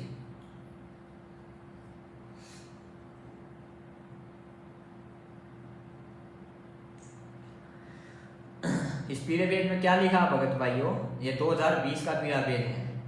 सभी भक्तात्माओं से प्रार्थना है कि सतगुरु देव जी का यानी भगवान का आदेश आया है। जिस प्रकार कबीर साहिब का प्रकट दिवस मनाया गया है, उसी प्रकार सतगुरु देव जी का जन्मदिन मनाना है। अरे जब हमें पता चल गया सतगुरु देव जी ही कबीर परमात्मा है, तो हम उनका भी तो प्रकट दिवस ही मनाएंगे या जन्मदिन मनाएंगे सतगुरु देव जी का। हमें पता ही चल गया हमारे सतगुरु देव जी कबीर परमात्मा है, तो उनका भी तो हम प्रकट दिवस मनाएंगे। कबीर भगवान है, हमेशा प्रकट होते हैं। गुरुदेव के सत्संग में आप सुनते हो डेली, आपको प्रमाण दास ने दिखाई दिए। किसी भी इसमें क्या लिखा है? किसी भी भगत भगतमती को अपने घर पर खीर हलवा या पकवान बनाकर नहीं खाना है। ये आदेश आप समझ सकते हो भगत भाइयों किसका हो सकता है? किसी भी भगत भगतमती को अपने घर पर खीर हलवा नहीं बनाकर या पकवान बनाकर नहीं खाना। एक तरफ तो गुरु बोल रहे हैं कि गुरु जी का जो है जन्मदिन मनाओ, एक तरफ तो खुशी के साथ बोल रहे हैं, दूसरी तरफ क्या बोल रहे हैं? किसी ने भी हलवा साग पूरी कुछ भी बना के नहीं खाना है। ये कोई ऐसा पर्चा कोई जो है, अब क्या बोलूं मैं भगत भाई इसमें। तो देखो यहाँ पर जो है ना, हमने ज्ञान आधार से सोचना पड़ेगा भगत भाइयों। इसके भी दो कारण हैं। चलो आपकी बात को बड़ा कर लिया जाए, चलो आपकी बात को बड़ा कर लिया जाए, ये गुरु जी का आदेश है, चलो हम मान लेते हैं गुरु जी का आदेश है। लेकिन ये परीक्षा है भगत भाइयों आपकी। एक बात बताओ, आपको पता हो रात के 2 बजे आपके घर में चोरी होने वाली है। आपको पता हो रात के 2 बजे आपके घर में चोरी होने वाली है, तो क्या आप आराम से चादर तान के सो सकते हो? क्या आप उस टाइम पे आराम से चादर तान के सो सकते हो? क्या नहीं सो सकते। आप दरवाजे के पीछे खड़े मिलोगे डंडा लेके कि आने दे चोर को, आ तो टांगे तोड़ूंगा इसकी, कि आने दे चोर को, आज तो इसकी टांगे तोड़ूंगा। आप नहीं सो सकते। तो भगत भाइयों, आज से जब 64 साल पहले भक्तों की परीक्षा हुई थी, आज तो भगत भाइयों ये बिचली पीढ़ी का समय है, बिचली पीढ़ी का मोक्ष युग। काल को पता है उसका भोजन, उसकी आत्माएं, जिन आत्मा को हमको आज कैद कर रखा काल ने, वो उसके मुंह से निकलने वाली इस बिचली पीढ़ी के समय में वो परमात्मा करोड़ों आत्माओं को पार करने के लिए आया है। तो क्या वो काल आराम से सो सकता है? नहीं सो सकता। वो साम दाम दंड भेद हर तरफ से वो हर जो है घटिया से घटिया रणनीति अपनाएगा भगत भाइयों, भक्तों को फैल करवाने के लिए, भक्तों की मर्यादा तोड़वाने के लिए, भक्तों को अपने उनके परमात्मा की परीक्षा में फैल करवाने के लिए हर घटिया से घटिया वो रणनीति को अपनाएगा। वो हमारी तरह चादर तान के नहीं सो रहा है, हमारी तरह एक एक आत्मा को तोड़ने के लिए वो अपना एडी से चोटी तक का जोर लगा रहा है भगत भाइयों, एक एक आत्मा को तोड़ने के लिए। और एक बात बताओ, जब आज से 650 साल पहले, उस टाइम पे तो मोक्ष युग भी नहीं था, उस टाइम पे तो भक्ति युग भी नहीं था, उस टाइम पे तो जो है शिक्षा का युग भी नहीं था। तो आज से जब 64 लाख 650 साल पहले 64 लाख की परीक्षा हुई थी, तो आज तो बिचली पीढ़ी का समय मोक्ष युग। क्या आज गुरुदेव किसी की परीक्षा नहीं लेंगे क्या आज वो कबीर भगवान आपने जो आपने ऐसा लगा लिए, आपने भगवान को ऐसा मान लिया कि भगवान ऐसे ही गंदी से गंदी आत्मा को, चाहे उसमें कितने ही विकार हो, उसी को भी जो चाहे उसका ज्ञान स्वीकार किया हो या ना किया हो, उसको भी सतलोक ले जाएगा। अरे जब 650 साल पहले एक आत्मा नहीं टिक पाई, 64 के 64 लाख फैल हुए, तो क्या आज गुरुदेव परीक्षा नहीं लेंगे क्या? आज भी तो परीक्षा लेंगे गुरु। आज तो बिचली पीढ़ी का समय, आज तो असली मोक्ष युग है। आज तो भगत भाइयों भयंकर परीक्षा होनी है, भगतों की भयंकर है। असली परीक्षा तो आज हो रही है गुरुदेव की, भगतों की असली परीक्षा तो गुरुदेव आज लेंगे। कैसे ले रहे गुरुदेव परीक्षा? अगर आपकी बात कोई बड़ा कर लिया जाए, ये गुरुदेव का आदेश है, तो यहां पर हमने ज्ञान आधार से सोचना पड़ेगा। सबसे पहले हमने ये सोचना हमारे गुरुदेव कौन है। हमारे गुरुदेव कबीर भगवान है, स्वयं कबीर भगवान। और भगवान कभी मां के गर्भ से जन्म लेके नहीं आता, भगवान का कभी भी जन्मदिन नहीं मनाया जाता। ये हमने ज्ञान आधार से सोचना पड़ेगा। दास आपको इसका एक उदाहरण दे देता है। एक बार गुरुदेव एक संत के रूप में आए हुए थे, भगवान कबीर भगवान। उसके 4-5 शिष्य उसके सामने बैठे हुए थे, गुरुदेव के या जो भी वो संत थे। उन संत ने सबसे पहले अपने शिष्यों को कहा कि जो अपने गुरु का आदेश नहीं मानता ना बच्चों, वो परीक्षा में फेल होता है। अपने गुरुदेव का आदेश हमेशा मानना चाहिए। उस टाइम पे तो सभी भक्तों ने बोल दिया, सभी शिष्यों ने बोल दिया, वो 4-5 जितने बैठे थे कि हाँ जी गुरुजी, हाँ जी गुरुजी, गुरुदेव का आदेश मानना चाहिए चाहे कुछ भी हो जाओ। उसके बाद में उन संत जी ने परीक्षा लेने के लिए भक्तों की आदेश दिया कि एक काम करो बच्चों, शिष्यों, खड़े हो जाओ सारे और मेरे सर में 5 जूते मारो, मेरे सर में 5 जूते मारो। उस टाइम पे सारे शिष्य हैरान हो गए कि यार गुरुजी के सर में कैसे जूते मारे। गुरुजी के सर में जूते मार दिए तो मर गए, नरक में जाएंगे। और गुरुजी का आदेश नहीं मानना तो नरक में जाएंगे।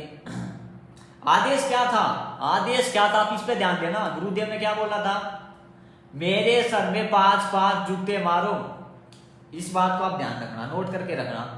उसके बाद में एक शिष्य खड़ा हुआ, गुरुदेव के चरणों में बैठा और अपने सिर में 5 जूते मारे। अपने सिर में 5 जूते मारे उसने। तब उस संत जी ने कहा कि बेटा डांडी मत मार, मैंने अपने सिर में जूते मारने के लिए कहा, तेरे सिर में जूते मारने के लिए मैंने नहीं कहा है। तब गुरुदेव ने कहा, तब उस शिष्य ने कहा कि गुरुजी ये शीश भी तो, ये दास का शीश भी तो आपका ही तो है गुरुदेव, मेरा थोड़ी है ये। तो गुरुदेव ने कहा बेटा तू परीक्षा में पास हुआ, बाकी सब फेल हुए। तो अब एक बात बताओ भगतों, आदेश क्या था? मेरे सिर में 5 जूते मारो। तो क्या वास्तव में उस संत ने, उस गुरुदेव ने, उन गुरुदेव ने वह वास्तव में क्या वो आदेश दिया था कि मेरे सिर में तुम 5 जूते मारो? नहीं, वो आदेश नहीं था। ज्ञान आधार से भक्तों को सोचना था। ज्ञान की परीक्षा ली थी, विवेक की। उनके ज्ञान, बुद्धि और विवेक की वहां पर परीक्षा ली गई। इसी प्रकार अगर आप इस पीढ़े पे का आपकी बात कोई बड़ा कर लिया जाए, आप गुरुदेव का मानते हो, जन्मदिन वाले का, ये भी आपके विवेक की परीक्षा है कि ये देखो ये मूर्ख मुझे भगवान स्वीकार करने के बाद भी मेरा जन्मदिन, मेरा बोध दिवस मनाते हैं या नहीं मनाते हैं। और आए दिन भगत उसमें फेल होते जा रहे हैं, आए दिन भगत फेल होते जा रहे हैं। अगर मान लो ये अभी जो पीड़ा पेज आया था 14 जून को प्रकट दिवस मनाने का, मान लो वो गुरुदेव का ही है, चलो आपकी बात को यहाँ पर भी बड़ा कर लिया जाए, यहाँ पर भी हमने ज्ञान आधार से सोचना पड़ेगा भगत भाइयों कि ये आदेश जब हमने गुरुदेव को, अपने गुरुदेव को ही पहचान लिया, हमारे गुरुदेव ने ही हम लोगों को अपनी पहचान करा दी कि मैं ही कबीर भगवान हूं, तो हम किसी और को भगवान क्यों माने जब हमारे गुरुदेव ने हमें पहचान करा दी कि मैं ही वो कबीर परमात्मा हूं जो आज से 650 साल पहले आया था। अभी सत्संगों में आपने सुना, उदाहरण दिए दास ने आपको, तो हम उनका क्यों प्रकट दिवस मनाए 650 साल वाले रूप का। अरे दास ने आपको एक और उदाहरण दिया था, क्या आप अगर आप आज से 650 साल पहले होते तो क्या आप उस टाइम पे मुनींद्र जी को भगवान मानते, मुनींद्र जी का प्रकट दिवस मना सकते थे क्या? अगर आप अपने गुरुदेव की पहचान कर लेते कि मेरे गुरुदेव उस टाइम पे कबीर भगवान थे, तो उन्हीं का तो आप करते सब कुछ। तो आज परमात्मा पहचान ही तो करवा रहा है। ये डिजिटल युग किस लिए दिया है? ये मेमोरी कार्ड है, चिप है, मोबाइल है, ये इसीलिए तो दी है कि परमात्मा के जो सत्संग है उनको रिकॉर्ड किया जा सके, रिकॉर्ड करके उनमें से छोटी छोटी क्लिप निकाली जा सके। उन क्लिपों में जो परमात्मा बता रहे अपने सत्संगों में कि मैं ही वो कबीर भगवान हूं, और हम अपनी थोड़ी बहुत बुद्धि का उपयोग करके जो है परमात्मा अपनी पहचान करवाते हैं हमसे, उनकी हम पहचान कर सके। इसीलिए आज ये डिजिटल युग दिया परमात्मा ने भगत भाइयों, समझो इस बात को। तो जो भगत ज्ञानाधारी होगा वो बिल्कुल भी 14 जून को प्रकट दिवस नहीं मनाएगा, बिल्कुल भी वो प्रकट दिवस नहीं मनाएगा, क्योंकि उसको पता चल चुका है मेरे गुरुदेव ही स्वयं कबीर परमात्मा है। तो आगे देख लेते हैं क्या है।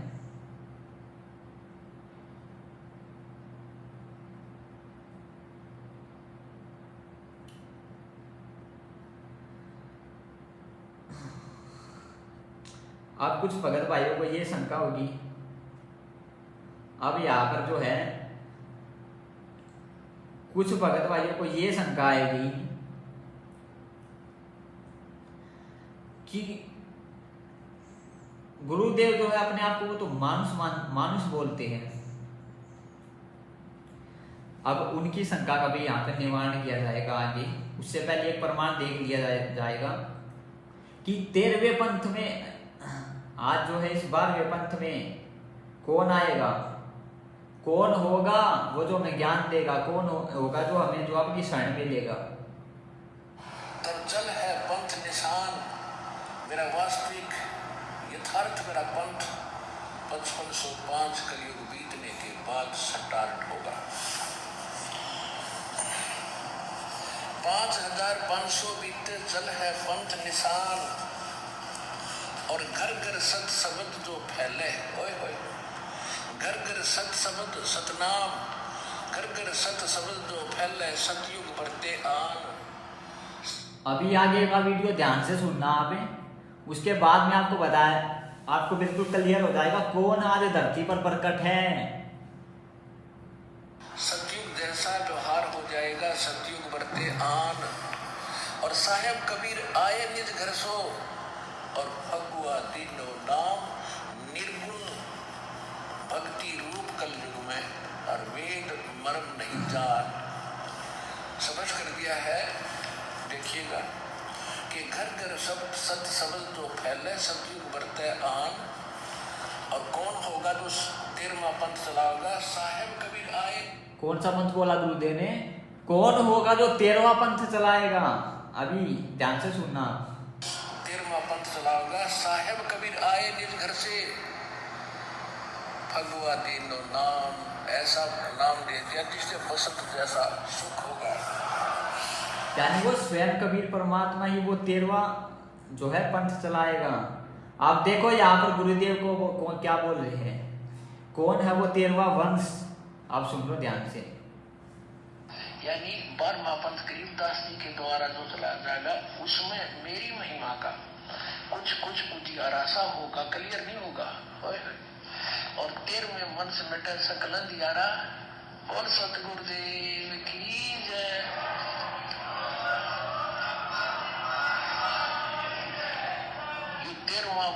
दास है जो आपके सामने बैठा है। भाई बच्चों, आप कद पहचानोगे? क्या बोल रहे गुरुदेव? यो 13वां वंश ये दास है बच्चों, आप कब पहचानोगे? 13वां वंश कौन है? गुरुदेव कौन हुए? गुरुदेव कबीर परमात्मा हुए स्वयं। वो परमात्मा ही तो 13वां वंश जो है चल कर आएगा। देखो सुन लो ध्यान, एक बार ध्यान से फिर से। नहीं होगा। और 13वें वंश मिटे सकल दियारा। बोल सतगुरुदेव की जय।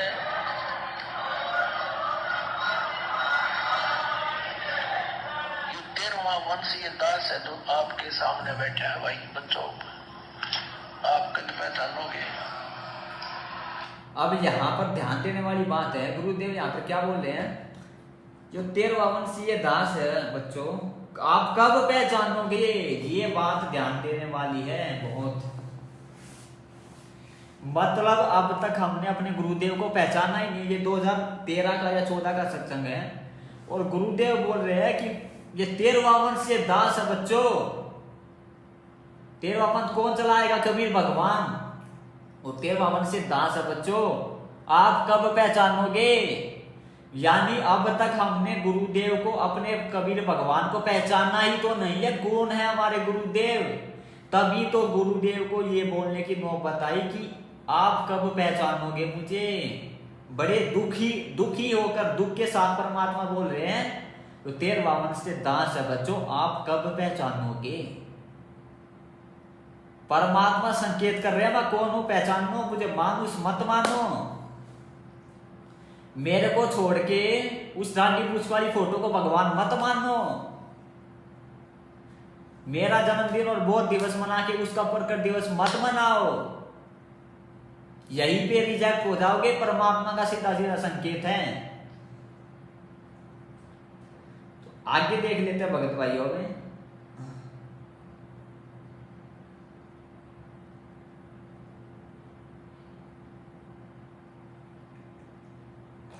अब जिन भगत भाइयों को शंका है कि परमात्मा धरती पे प्रकट है या नहीं है, तो जन्म लेके आए हैं या प्रकट होकर आए हैं, इस पर सत्संग में परमात्मा साफ साफ बोल रहे हैं कि ये परमात्मा आज भी धरती पर प्रकट है। परमात्मा अपनी तरफ संकेत कर रहे हैं। सुनो,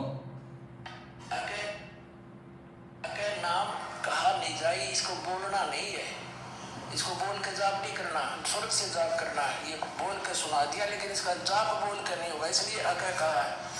विद्या इसलिए कहा इसको कि जैसे परमात्मा का भी शरीर था और धर्मदास का भी शरीर था, लेकिन परमात्मा ने कहा था चौथा युग जब कलयुग आवेगा तब मैं।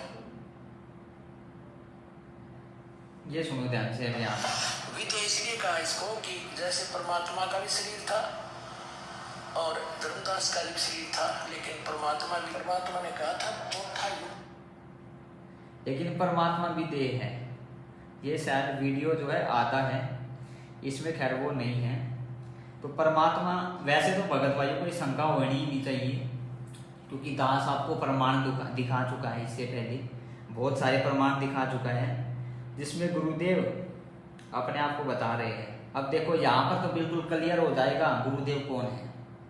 परमात्मा ने कहा था चौथा युग जब कलयुग आवेगा तब मैं अपना एक दास भेजूंगा। परमात्मा छुप कर ही बोलते हैं। यहाँ पर क्या बोले परमात्मा? परमात्मा ने कहा था जब चौथा युग आएगा तब मैं अपना एक दास भेजूंगा। परमात्मा छुपकर ही बोलते हैं।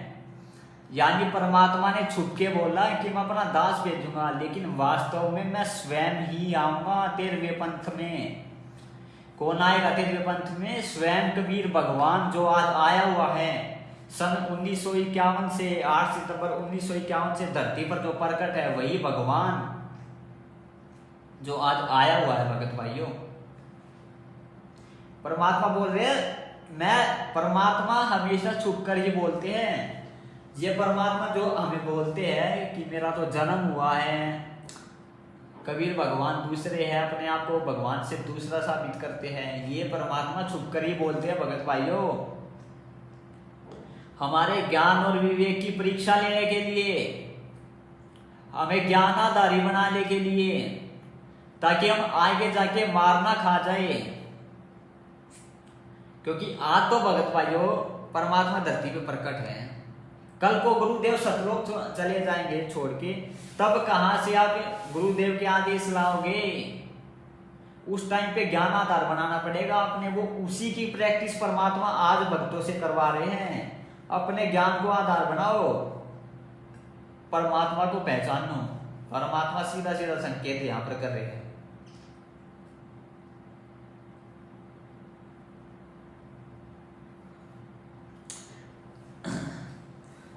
अब जो भगत भाई बोलते हैं कि भाई संत रामपाल जी भगवान ने, अगर वो कबीर परमात्मा है, उन्होंने तो बच्चे पैदा भी किए, उन्होंने तो शादी भी की है, तो भगवान कैसे हो सकते हैं? तो उनको यहाँ पर दास गरीब दास जी का उदाहरण देना चाहेगा। जो उनको यहाँ पर जो है गरीब दास जी का दास उदाहरण देना चाहेगा। परमात्मा क्या बोलते कि गरीबदास जी जो है वहां पर कौन सी माई थी वो पता नहीं, उनसे जन्म हुआ। गुरुदेव बोलते हैं ना, उनको 10 वर्ष की उम्र में जो है कबीर भगवान मिले, लेकिन वो स्वयं ही कबीर परमात्मा थे। वो शुरुआत से ही प्रकट होकर आए थे, वो माँ के गर्भ से जन्म लेकर नहीं आए थे। परमात्मा हमेशा अपने आप को छुपाकर ही बोलता है, क्योंकि परमात्मा कभी भी नहीं कहेगा कि मैं ही भगवान हूं। सुनो देखो गरीबदास जी के बारे में। गरीबदास जी कि कबीर साहब मां का पैदा नहीं हुई थी और ना हम गर्भ में आए भाई, सद स्वरूपी रूप हम, लेकिन बंदी छोड़ गई। क्या बोल रहे हैं यहाँ पे गुरुदेव? प्रमाण दे रहे हैं गरीबदास जी, कबीर साहब मां का पैदा नहीं हुए भाई, और ना ही हम गर्भ में जन्म लेकर आए, ना ही हम गर्भ से जन्म लेकर आए, हम भी यानी प्रकट हुए हैं। लेकिन गुरुदेव अब के सत्संगों में क्या बोलते हैं कि वो तो जो है माँ के जो है गर्भ से जन्म लेकर आए हैं। वो तो एक मानुष से 10 साल की उम्र में उनको परमात्मा मिले, वो तो परमात्मा के संत थे, परमात्मा के ज्ञान प्रचारक थे। परमात्मा हमेशा छुपकर ही बोलते हैं भगत भाइयों, छुपकर। क्योंकि आज के जमाने में हम बहुत ज्यादा चतुर बन चुके हैं, चतुर बोलते हैं ना जिसको, बहुत ज्यादा चतुर बन चुकी है। अब अगर कोई सामने हमारे खड़ा हो और वो कहे मैं परमात्मा हूं, तो अब इतने चतुर बन चुके हैं, उनको 4 गालियां देंगे भगत भाइयों। इसलिए परमात्मा नहीं बोलते कि मैं ही भगवान हूं।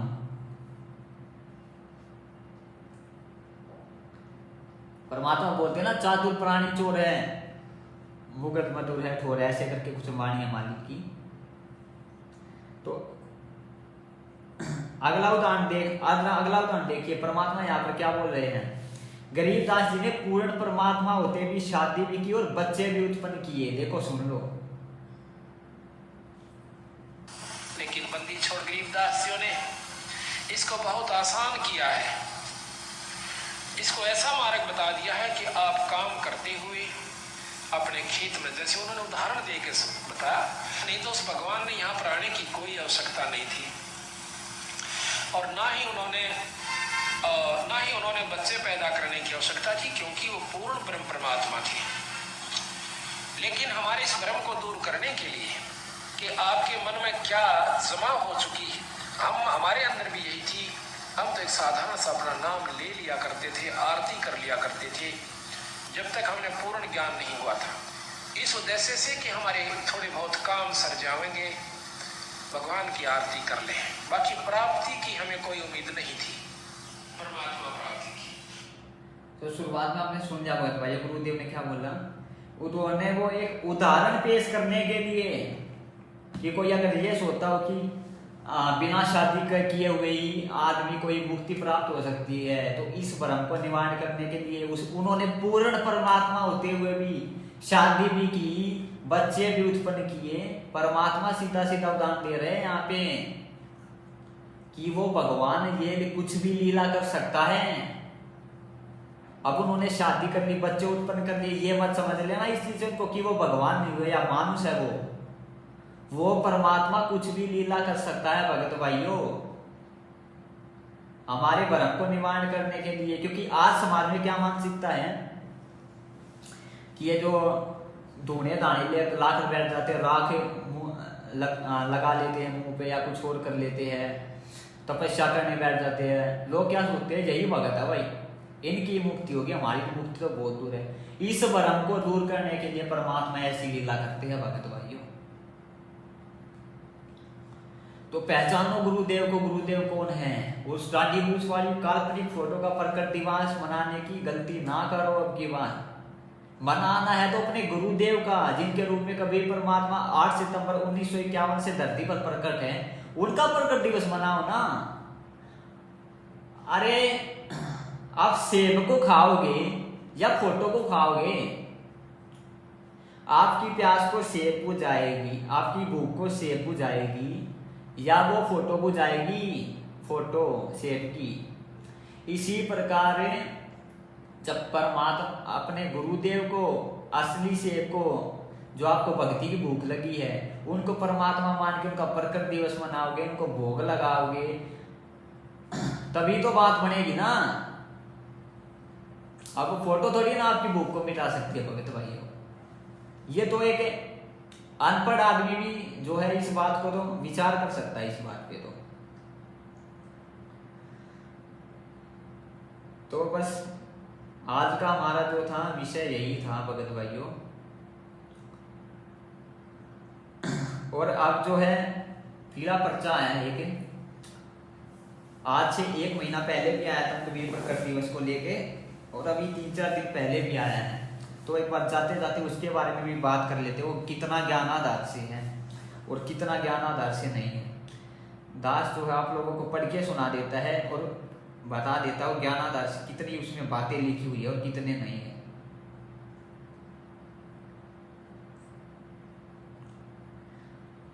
अभी जो है 14 जून को जो है प्रकट दिवस है, उसके ऊपर पीला पर्चा आया है। इसमें देखो क्या लिखा हुआ है, दास आपको पढ़कर सुना देता है। 19 तारीख को आया पीला पर्चा, 1 हफ्ता पहले। सर्व संगत और सभी कोऑर्डिनेटर भक्तों से प्रार्थना है, सतगुरुदेव जी का आदेश आया है कि गुरु जी के नीचे लिखे आदेश का सख्ती से पालन करना है। ठीक है भाई, सख्ती से पालन करना है। आगे क्या लिखा है, सतगुरुदेव जी की कृपया एवं आदेश अनुसार रोहतक सिंहपुरा आश्रम, भिवानी आश्रम, कुरुक्षेत्र आश्रम, मुंडका आश्रम दिल्ली, धुरी आश्रम पंजाब, शामली आश्रम यूपी, सोजत आश्रम राजस्थान, इंदौर आश्रम मध्य प्रदेश व खमानो आश्रम पंजाब में परमेश्वर कबीर जी के प्रकट दिवस पर परमेश्वर की अमर वाणी का अखंड पाठ 12/6/2022 यानी 12 जून से लेकर 14 जून तक होगा। वही ये लोग गलती कर रहे हैं भगत भाइयों, और वही आपसे भी करवा रहे हैं। जैसा कि दास ने आपको उदाहरण दिया भगत भाइयों, ये परीक्षा का समय है। आज से 650 साल पहले परीक्षा हुई थी, तो डेफिनेटली 110% आज भी परीक्षा होगी भक्तों की, और वो परीक्षा चल रही है। गुरुदेव जेल में बैठ के हमारी परीक्षा ही ले रहे हैं। गुरुदेव जेल जाते वक्त पता आपको क्या बोल के गए थे?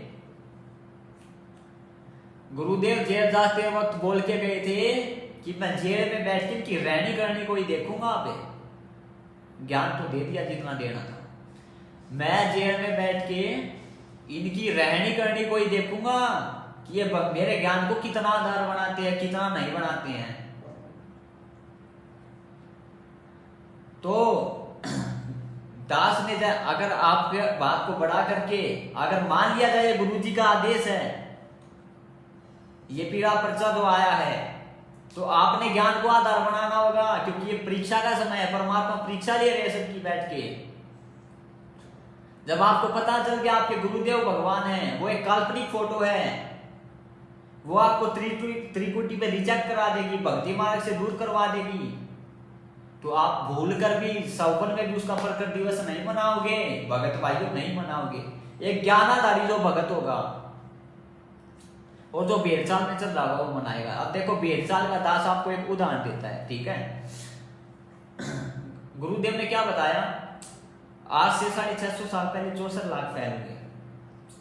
गुरुदेव उस चौराहे से जब उस गणिका बहन के साथ में बैठ कर हाथ में गंगा जल की बोतल लेकर हाथी पर बैठ कर जा रहे थे, तो ये तो है उस चौराहे पे उस बाजार में 64 लाख शीशे थे। क्या एक चौराहे बाजार में 64 लाख शीशे हो सकते हैं? 64 लाख आदमी, मतलब गुरुदेव ने बताया उस टाइम पे तो पूरी दुनिया में पता नहीं कहाँ के लोगों को परमात्मा ने नाम दिया था, लेकिन फैल कितने हुए? वो पूरी दुनिया में जितने भी जब सिर्फ जिनको भी नाम दिया था वो सब फैल हुए। कैसे फैल हुए? वहां पे सब तो मौजूद नहीं थे 64 के 64 लाख, वहां पर कुछ भगत मौजूद होंगे, 1000 मान लो, 2000 जितने भी होंगे, ठीक है। अब फैल कैसे हुए? सब एक दूसरे की सुन के, एक दूसरे की देखा देखी में ही तो फैल हुए थे।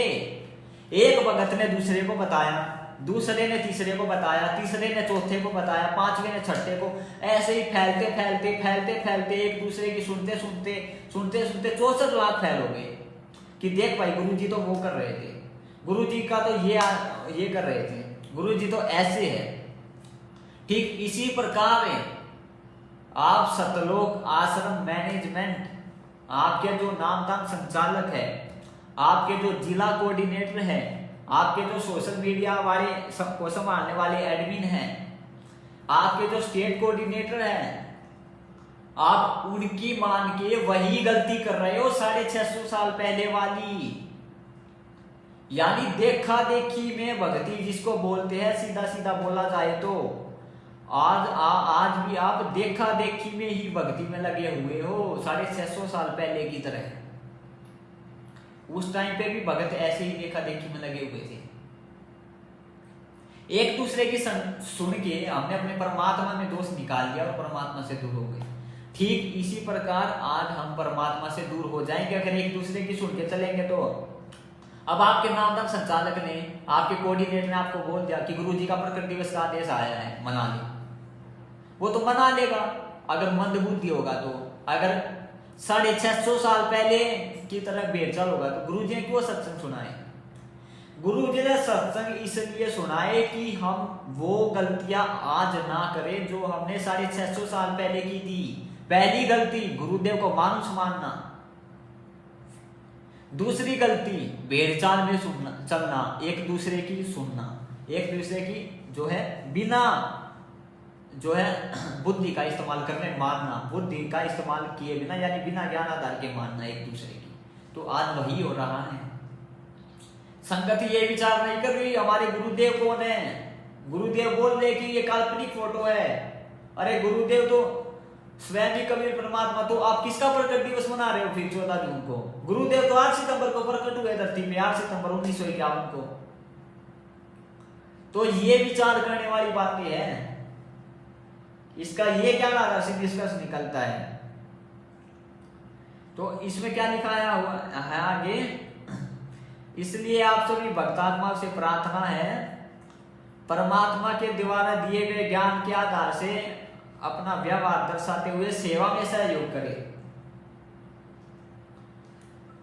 परमात्मा सत्संग में बोलते हैं में कि इस दास ने आज तक किसी की पर्ची नहीं काटी, यानी दास ने कभी किसी को नहीं कहा कि भाई तुम मेरे को पैसे दे दो। लेकिन आजकल या पिछले कुछ समय से जितने पीढ़े में रहे हैं, सब में एक आदेश आपको जरूर मिलेगा। एक आदेश आपको हमेशा मिलेगा, जरूर मिलेगा। क्या? सेवा में, पैसे में बढ़ चढ़कर सहयोग करे, खुले दिल से सहयोग करे, खुले दिल से सेवा करे, पैसे का, धन का, ये आदेश आपको हर पीढ़े पर्चे में मिलेगा। ज्यादातर में जितने भी प्रकट दिवस को लेके, अवतरण दिवस को लेके और भगवान गुरु संत रामपाल जी भगवान का जन्मदिन को लेकर ये जितने भी आदेश आते हैं या उनका अवतरण दिवस को लेकर आते हैं, सब में आपको ये आदेश जरूर मिलेगा। क्योंकि इन्होंने धर्म को धंधा बना लिया है भगत भाइयों, धर्म को धंधा। इन्होंने कितने आश्रमों के नाम गिनवा दिए। एक बात बताओ, 2014 तक गुरुजी यहाँ पे थे, क्या गुरुदेव ने कभी भी बोला तुम एक आश्रम के सिवा दूसरा कोई आश्रम खोलो? नहीं बोला। गुरुदेव ने कभी नहीं कहा, क्या गुरुदेव ने कभी भी आश्रम खोला? नहीं खोला ना। एक आश्रम के सिवा गुरुदेव ने कभी दूसरा आश्रम नहीं खोला। पहले सतलोक आश्रम क्रोथा था, उसका आर्य समाजियों के साथ जब झगड़ा हुआ तो बंद हो गया। उसके बाद में गुरुदेव ने सतलोक आश्रम बरवाड़ा खोला। एक आश्रम के सिवा गुरुदेव ने दूसरा आश्रम कभी नहीं खोला। गुरुदेव सत्संग में बोलते हैं, देखो सत्संग सुना देता हूं सबसे पहले मैं आपको। गुरुदेव क्या बोल रहे हैं, ये संतों के काम नहीं है जो जगह जगह पे आश्रम खोल के बैठ जाते हैं। अरे क्या भगवान है अपनी वाणी के खिलाफ चलेगा? भगवान बोल रहे हैं कि ये संतों के काम नहीं है जगह जगह जो आश्रम खोल के बैठ जाते हैं। संतों का काम है एक आश्रम खोल ले, उसमें प्यार प्रेम से रहे, अपना एक आश्रम खोल ले और उसमें प्यार प्रेम से रहे। ये संतों के काम नहीं जगह जगह आश्रम खोल देना। देखो गुरुदेव का सत्संग आपको ना सुना देता है कि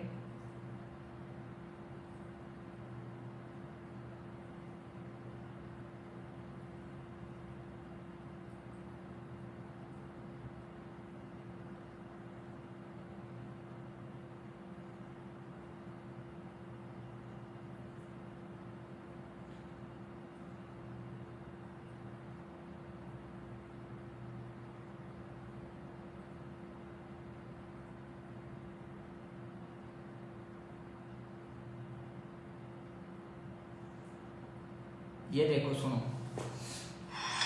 कबीर साहब कहते हैं राज्य तजना सहज है, सहज त्रिया का ने, मान बढ़ाई ईर्षा दुर्लभ तजनाई। अरे ये नहीं तजी तो इतना मुक्त नहीं हो सकता करोड़ जन्म भी। प्रभु की प्रेरणा पाकर राज्य भी छोड़ सकता है, अपने प्रिय से प्रिय पत्नी को भी त्याग सकता है। फिर ये राग और द्वेष मान बढ़ाई ये नहीं छोड़ सकता। जब तक ये नहीं छूटेगी तब तक प्रभु नहीं मिल सकता। मान बढ़ाई से है दूर, आज इसके है सदा जो। हमने तो दास और कुत्ता बनकर रहना पड़ेगा प्रभु का। हमारी के प्रभुता 2 दिन के मेहमान है, कल सर शरीर छूट जाए अपना। या बच्चों की तरह संत लड़ रहे हैं एक ही शहर में और 25-25 आश्रम। एक ही शहर में 25-25 आश्रम बने हुए हैं एक ही पंथ के। तो बच्चों जैसी लड़ाई इनकी, तो ये संत काहे को एक आश्रम बनावे, उसमें प्यार से रहे और फिर आम आदमी पर अच्छा व्यवहार उसका असर पड़े कि साधु ऐसे होते हैं। अब ये हमारे अंदर ही ऐसे राग द्वेष भरे पड़े हैं, तुम समाज को क्या दे सकते हैं? इस प्रकार हमने इन बातों को पुनः विचार करना पड़ेगा और तभी हम प्रभु को पा सकते हैं। ये बच्चों वाली लड़ाई संत नहीं किया करते, ये हमने त्यागनी होगी, तभी हम प्रभु पा सकते हैं। क्या संत रामपाल जी भगवान जी अपनी ही वाणी अपने ही आदेश के खिलाफ चलेंगे? गुरु जी क्या बोल रहे सत्संग में, एक ही जगह पे 25-25 आश्रम खोल के बैठ जाते हैं। ये संतों के काम नहीं है। संतों का काम है एक आश्रम खोल ले, कितना एक आश्रम खोल ले और प्यार प्रेम से उस आश्रम में रहे। लेकिन गुरुदेव के जेल में जाने के बाद इन्होंने जगह जगह पे आश्रम खोल दिए, अभी तो और खुलने बाकी है। गुरुदेव के जेल में जाते ही गुरुदेव का आदेश बताकर इन्होंने जगह जगह पे आश्रम खोल दिया भगत भाइयों। और आदेश किसका बता दिया? गुरु जी का। क्या भगवान अपने सत्संग के खिलाफ आदेश देगा? नहीं देगा। आज इन्होंने फर्जिया जगह जगह आश्रम क्यों खोले भगत भाइयों? धर्म को धंधा बनाने के लिए इन्होंने इसलिए फर्जी आश्रम खोल दिए। ज्यादा आश्रम होंगे तो ज्यादा भगत जुड़ेंगे और भगत जुड़ेंगे तो ज्योति पाठ का पैसा ज्यादा आएगा। अरे आपको पता भी है पाठ करने का अधिकारी कौन होता है? आपको पता है क्या पाठ करने का अधिकारी कौन होता है? केवल और केवल भगवान सतगुरु देव। और आपके भगवान कहां बैठे हैं? आज जेल में। आपके भगवान तो जेल में बैठे हैं और मानुष से कुकर्मी व्यक्तियों से जिनकी मर्यादा खंड पड़ी है उनसे आप पाठ करवा रहे हो 21,000 रुपए का, तो आपको लाभ कहां से मिलेगा उस पाठ का? अब देखो इसका एक उदाहरण, आश्रम द्वारा जो सतलोक आश्रम द्वारा जो 4-5 नंबर दिए जाते हैं, आप उन पे अपनी प्रार्थना लगवाते हो, ठीक है। प्रार्थना में अगले दिन आपको क्या आदेश आता है? देखो अगले दिन आपको देखो गुरुदेव से बात करने का कितना समय मिलता है उनके परिवार वालों को, वो तो पता नहीं, वो तो भगवान ही जाने, वो भगवान बात करते हैं या नहीं करते हैं वो अलग बात है। लेकिन सरकार ने कितना समय निर्धारित किया? 5 मिनट, ठीक है। 5 मिनट डेली बात हो सकती है। डेली कम से कम 1000 भक्तों की प्रार्थना जाती है उन नंबरों पे। क्या और अगले दिन आदेश और क्या गुरुदेव और वो नंबर वाले जो है वो बैठे हुए हैं जो लोग, वो बोलते हैं ठीक है हम आपकी प्रार्थना जो है गुरुदेव से लगवाएंगे, ठीक है। तो क्या 5 मिनट में मोबाइल पर गुरुदेव 1000 भक्तों की प्रार्थना का डेली जवाब दे सकते हैं? नहीं देंगे। क्या 5 मिनट में तो अरे 3-4 प्रार्थनाएं मुश्किल से हो पाएंगी 5 मिनट। 1000 प्रार्थनाओं का जवाब कौन दे रहा? अगले दिन सभी भक्तों को आदेश आता है 1000 भक्तों को, कम से कम 1000 तो मिनिमम मैं बता रहा हूं आपको, जितने प्रार्थना लगवाते हैं उनको आदेश आता है। गुरु जी का आदेश आया है, गुरु जी का नाम बोल के बोला गुरु जी का आदेश आया, ज्योति करा दो, पाठ करा दो। केवल और केवल 2 ही आदेश मिलेंगे उनको, या ज्योति का या पाठ का। गुरु जी का आदेश आया है, ज्योति बोल दो या पाठ बोल दो, ज्योति करा दो या पाठ करा दो। इस प्रकार से आपको ठगा जा रहा है भगत भाइयों। पाठ जो है गुरुदेव ही करने के अधिकारी, और पाठ करने से पहले गुरुदेव से यानी अपने भगवान से, सतगुरुदेव जी से आज्ञा ली जाती है।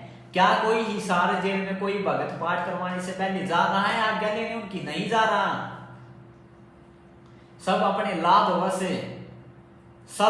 लाभ से पाठ करवा देते हैं, जो कि उनका निष्फल जा रहा है, क्योंकि वो एक मानुष से पाठ करवा रहे हैं जिनको आदेश ही नहीं है। संत रामपाल जी भगवान का आदेश हो तो दिखा दो किसी को। अरे 7-8 साल से सत्सेवक यही तो बोल रहे, सतलोक आश्रम मैनेजमेंट को, आपके नामदान केंद्रों को, संचालकों को, वर्ल्ड कोऑर्डिनेटर, जिला कोऑर्डिनेटर, सेवा प्रभारी जितने भी है, एक भी आदेश दिखा दो गुरु जी का पाठ कराने का, नामदान केंद्र खोलने का। नहीं है, क्योंकि वो गुरु जी का आदेश ही नहीं है भगत भाइयों। धर्म को धंधा बना के गुरु जी के जाने के बाद आपको ठगा जा रहा है। और ये फर्जी आश्रम इसीलिए तो खोले गए हैं। कभी ये गरीबदास जी का बोध दिवस मनाते हैं, कभी ये कबीर जी का प्रकट दिवस मनाते हैं, और जगह जगह भी पाठ, अखंड पाठ करवा रहे। अरे जब सृष्टि खंड है, जब सृष्टि विनाश में आती तो अखंड पाठ कैसे बोल रहे? तो भगत भाइयों इन बातों पे विचार करो। जगह जगह पे जो आश्रम को ले जा रहे हैं, या ये को ले जा रहे हैं आश्रम और नामदान केंद्र, ये केवल और केवल आपको ठगने के लिए। अब देखो जैसे कबीर प्रकट दिवस आ रहा है, अभी उन्होंने 8 आश्रमों में पाठ बोल दिया भक्तों को ठगने के लिए, ताकि ज्यादा से ज्यादा इनके पास ज्योति का पैसा आए, पाठ का पैसा आए, ज्यादा से ज्यादा लोग इनसे पाठ कराए, ज्योति कराए। और देखो इस पे पीले पर्चे में क्या लिखा हुआ है, आपको दिखा देता हूं मैं एक लाइन।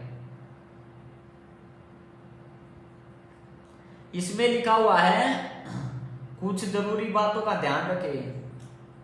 कोई भी भगत आत्मा रुकने का प्रयास ना करे।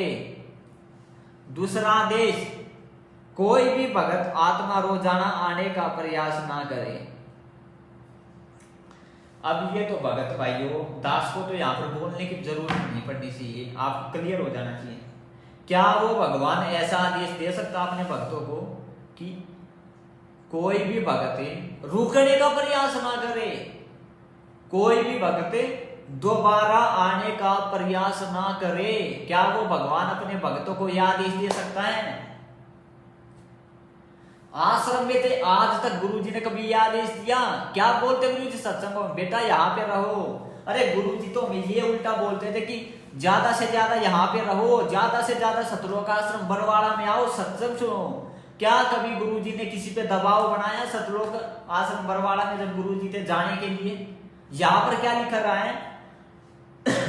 कोई भी भक्त रुकने का प्रयास ना करे, कोई भी भक्त रोजाना आने का प्रयास ना करे। अरे भगवान तो हमें डांटते थे वहां पे कि इतने जल्दी क्यों जा रहे, अपना सत्संग सुनो, यहाँ पर खीर हलवे बन रहे हो खाओ, परमात्मा का यहाँ पर दरबार लगा है, यहाँ पर रहो।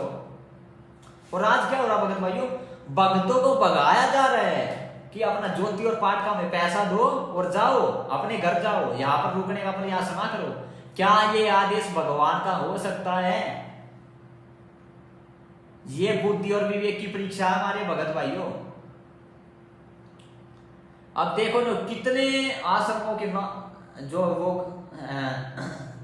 नंबर दे दिए हैं और नंबर लगा दिया सबका कि सोनीपत के भक्तों को इस टाइम पे इस आश्रम में जाना है, दिल्ली के भक्तों को इस आश्रम में जाना है, इस दिन जाना है, यूपी के भक्तों को इस आश्रम में इस दिन जाना है, नेपाल के भक्तों को इस आश्रम में इस दिन जाना है। यानी भक्तों का जाने का भी टाइम फिक्स कर दिया।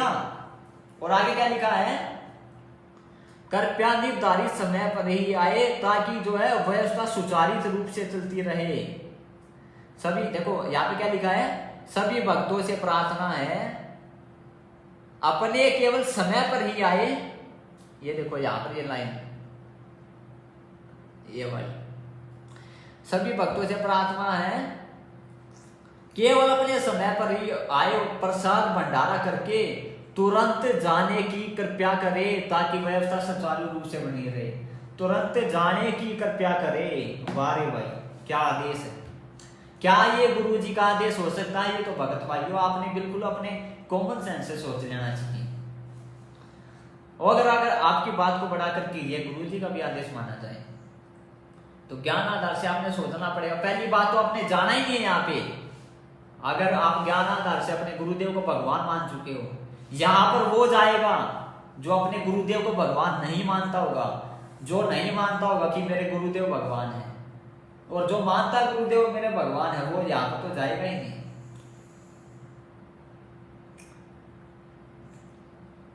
तो यही दास का कहना भगत भाइयों, इन बातों पे आप जो है थोड़ा विचार करो। ये मैनेजमेंट वालों का आदेश है, गुरु जी का आदेश नहीं है। भगतों को ठगने के लिए ज्योति ज्यादा से ज्यादा ज्योति और पाठ का पैसा इकट्ठा करने के लिए ऐसा किया जा रहा है। अगर आप नए इस वीडियो में जुड़े हो, आपको कुछ भी सच्चाई का नहीं पता है, क्या मैनेजमेंट है क्या नहीं है, कौन है सतलोक आश्रम मैनेजमेंट, तो फेसबुक पर सर्च करें पवन दास दिलाई के नाम से फेसबुक जो पेज आएगा, उस पर ज्यादा से ज्यादा आप उस वीडियो को देखें, तब आपको इस सच्चाई का पता चलेगा। तो आज के वीडियो में भगत भाइयों बस इतना ही। सभी भक्त भाइयों को दास का सत्साहिब बंदी छोड़ सतगुरु रामपाल जी भगवान की जय हो। सत्साहिब।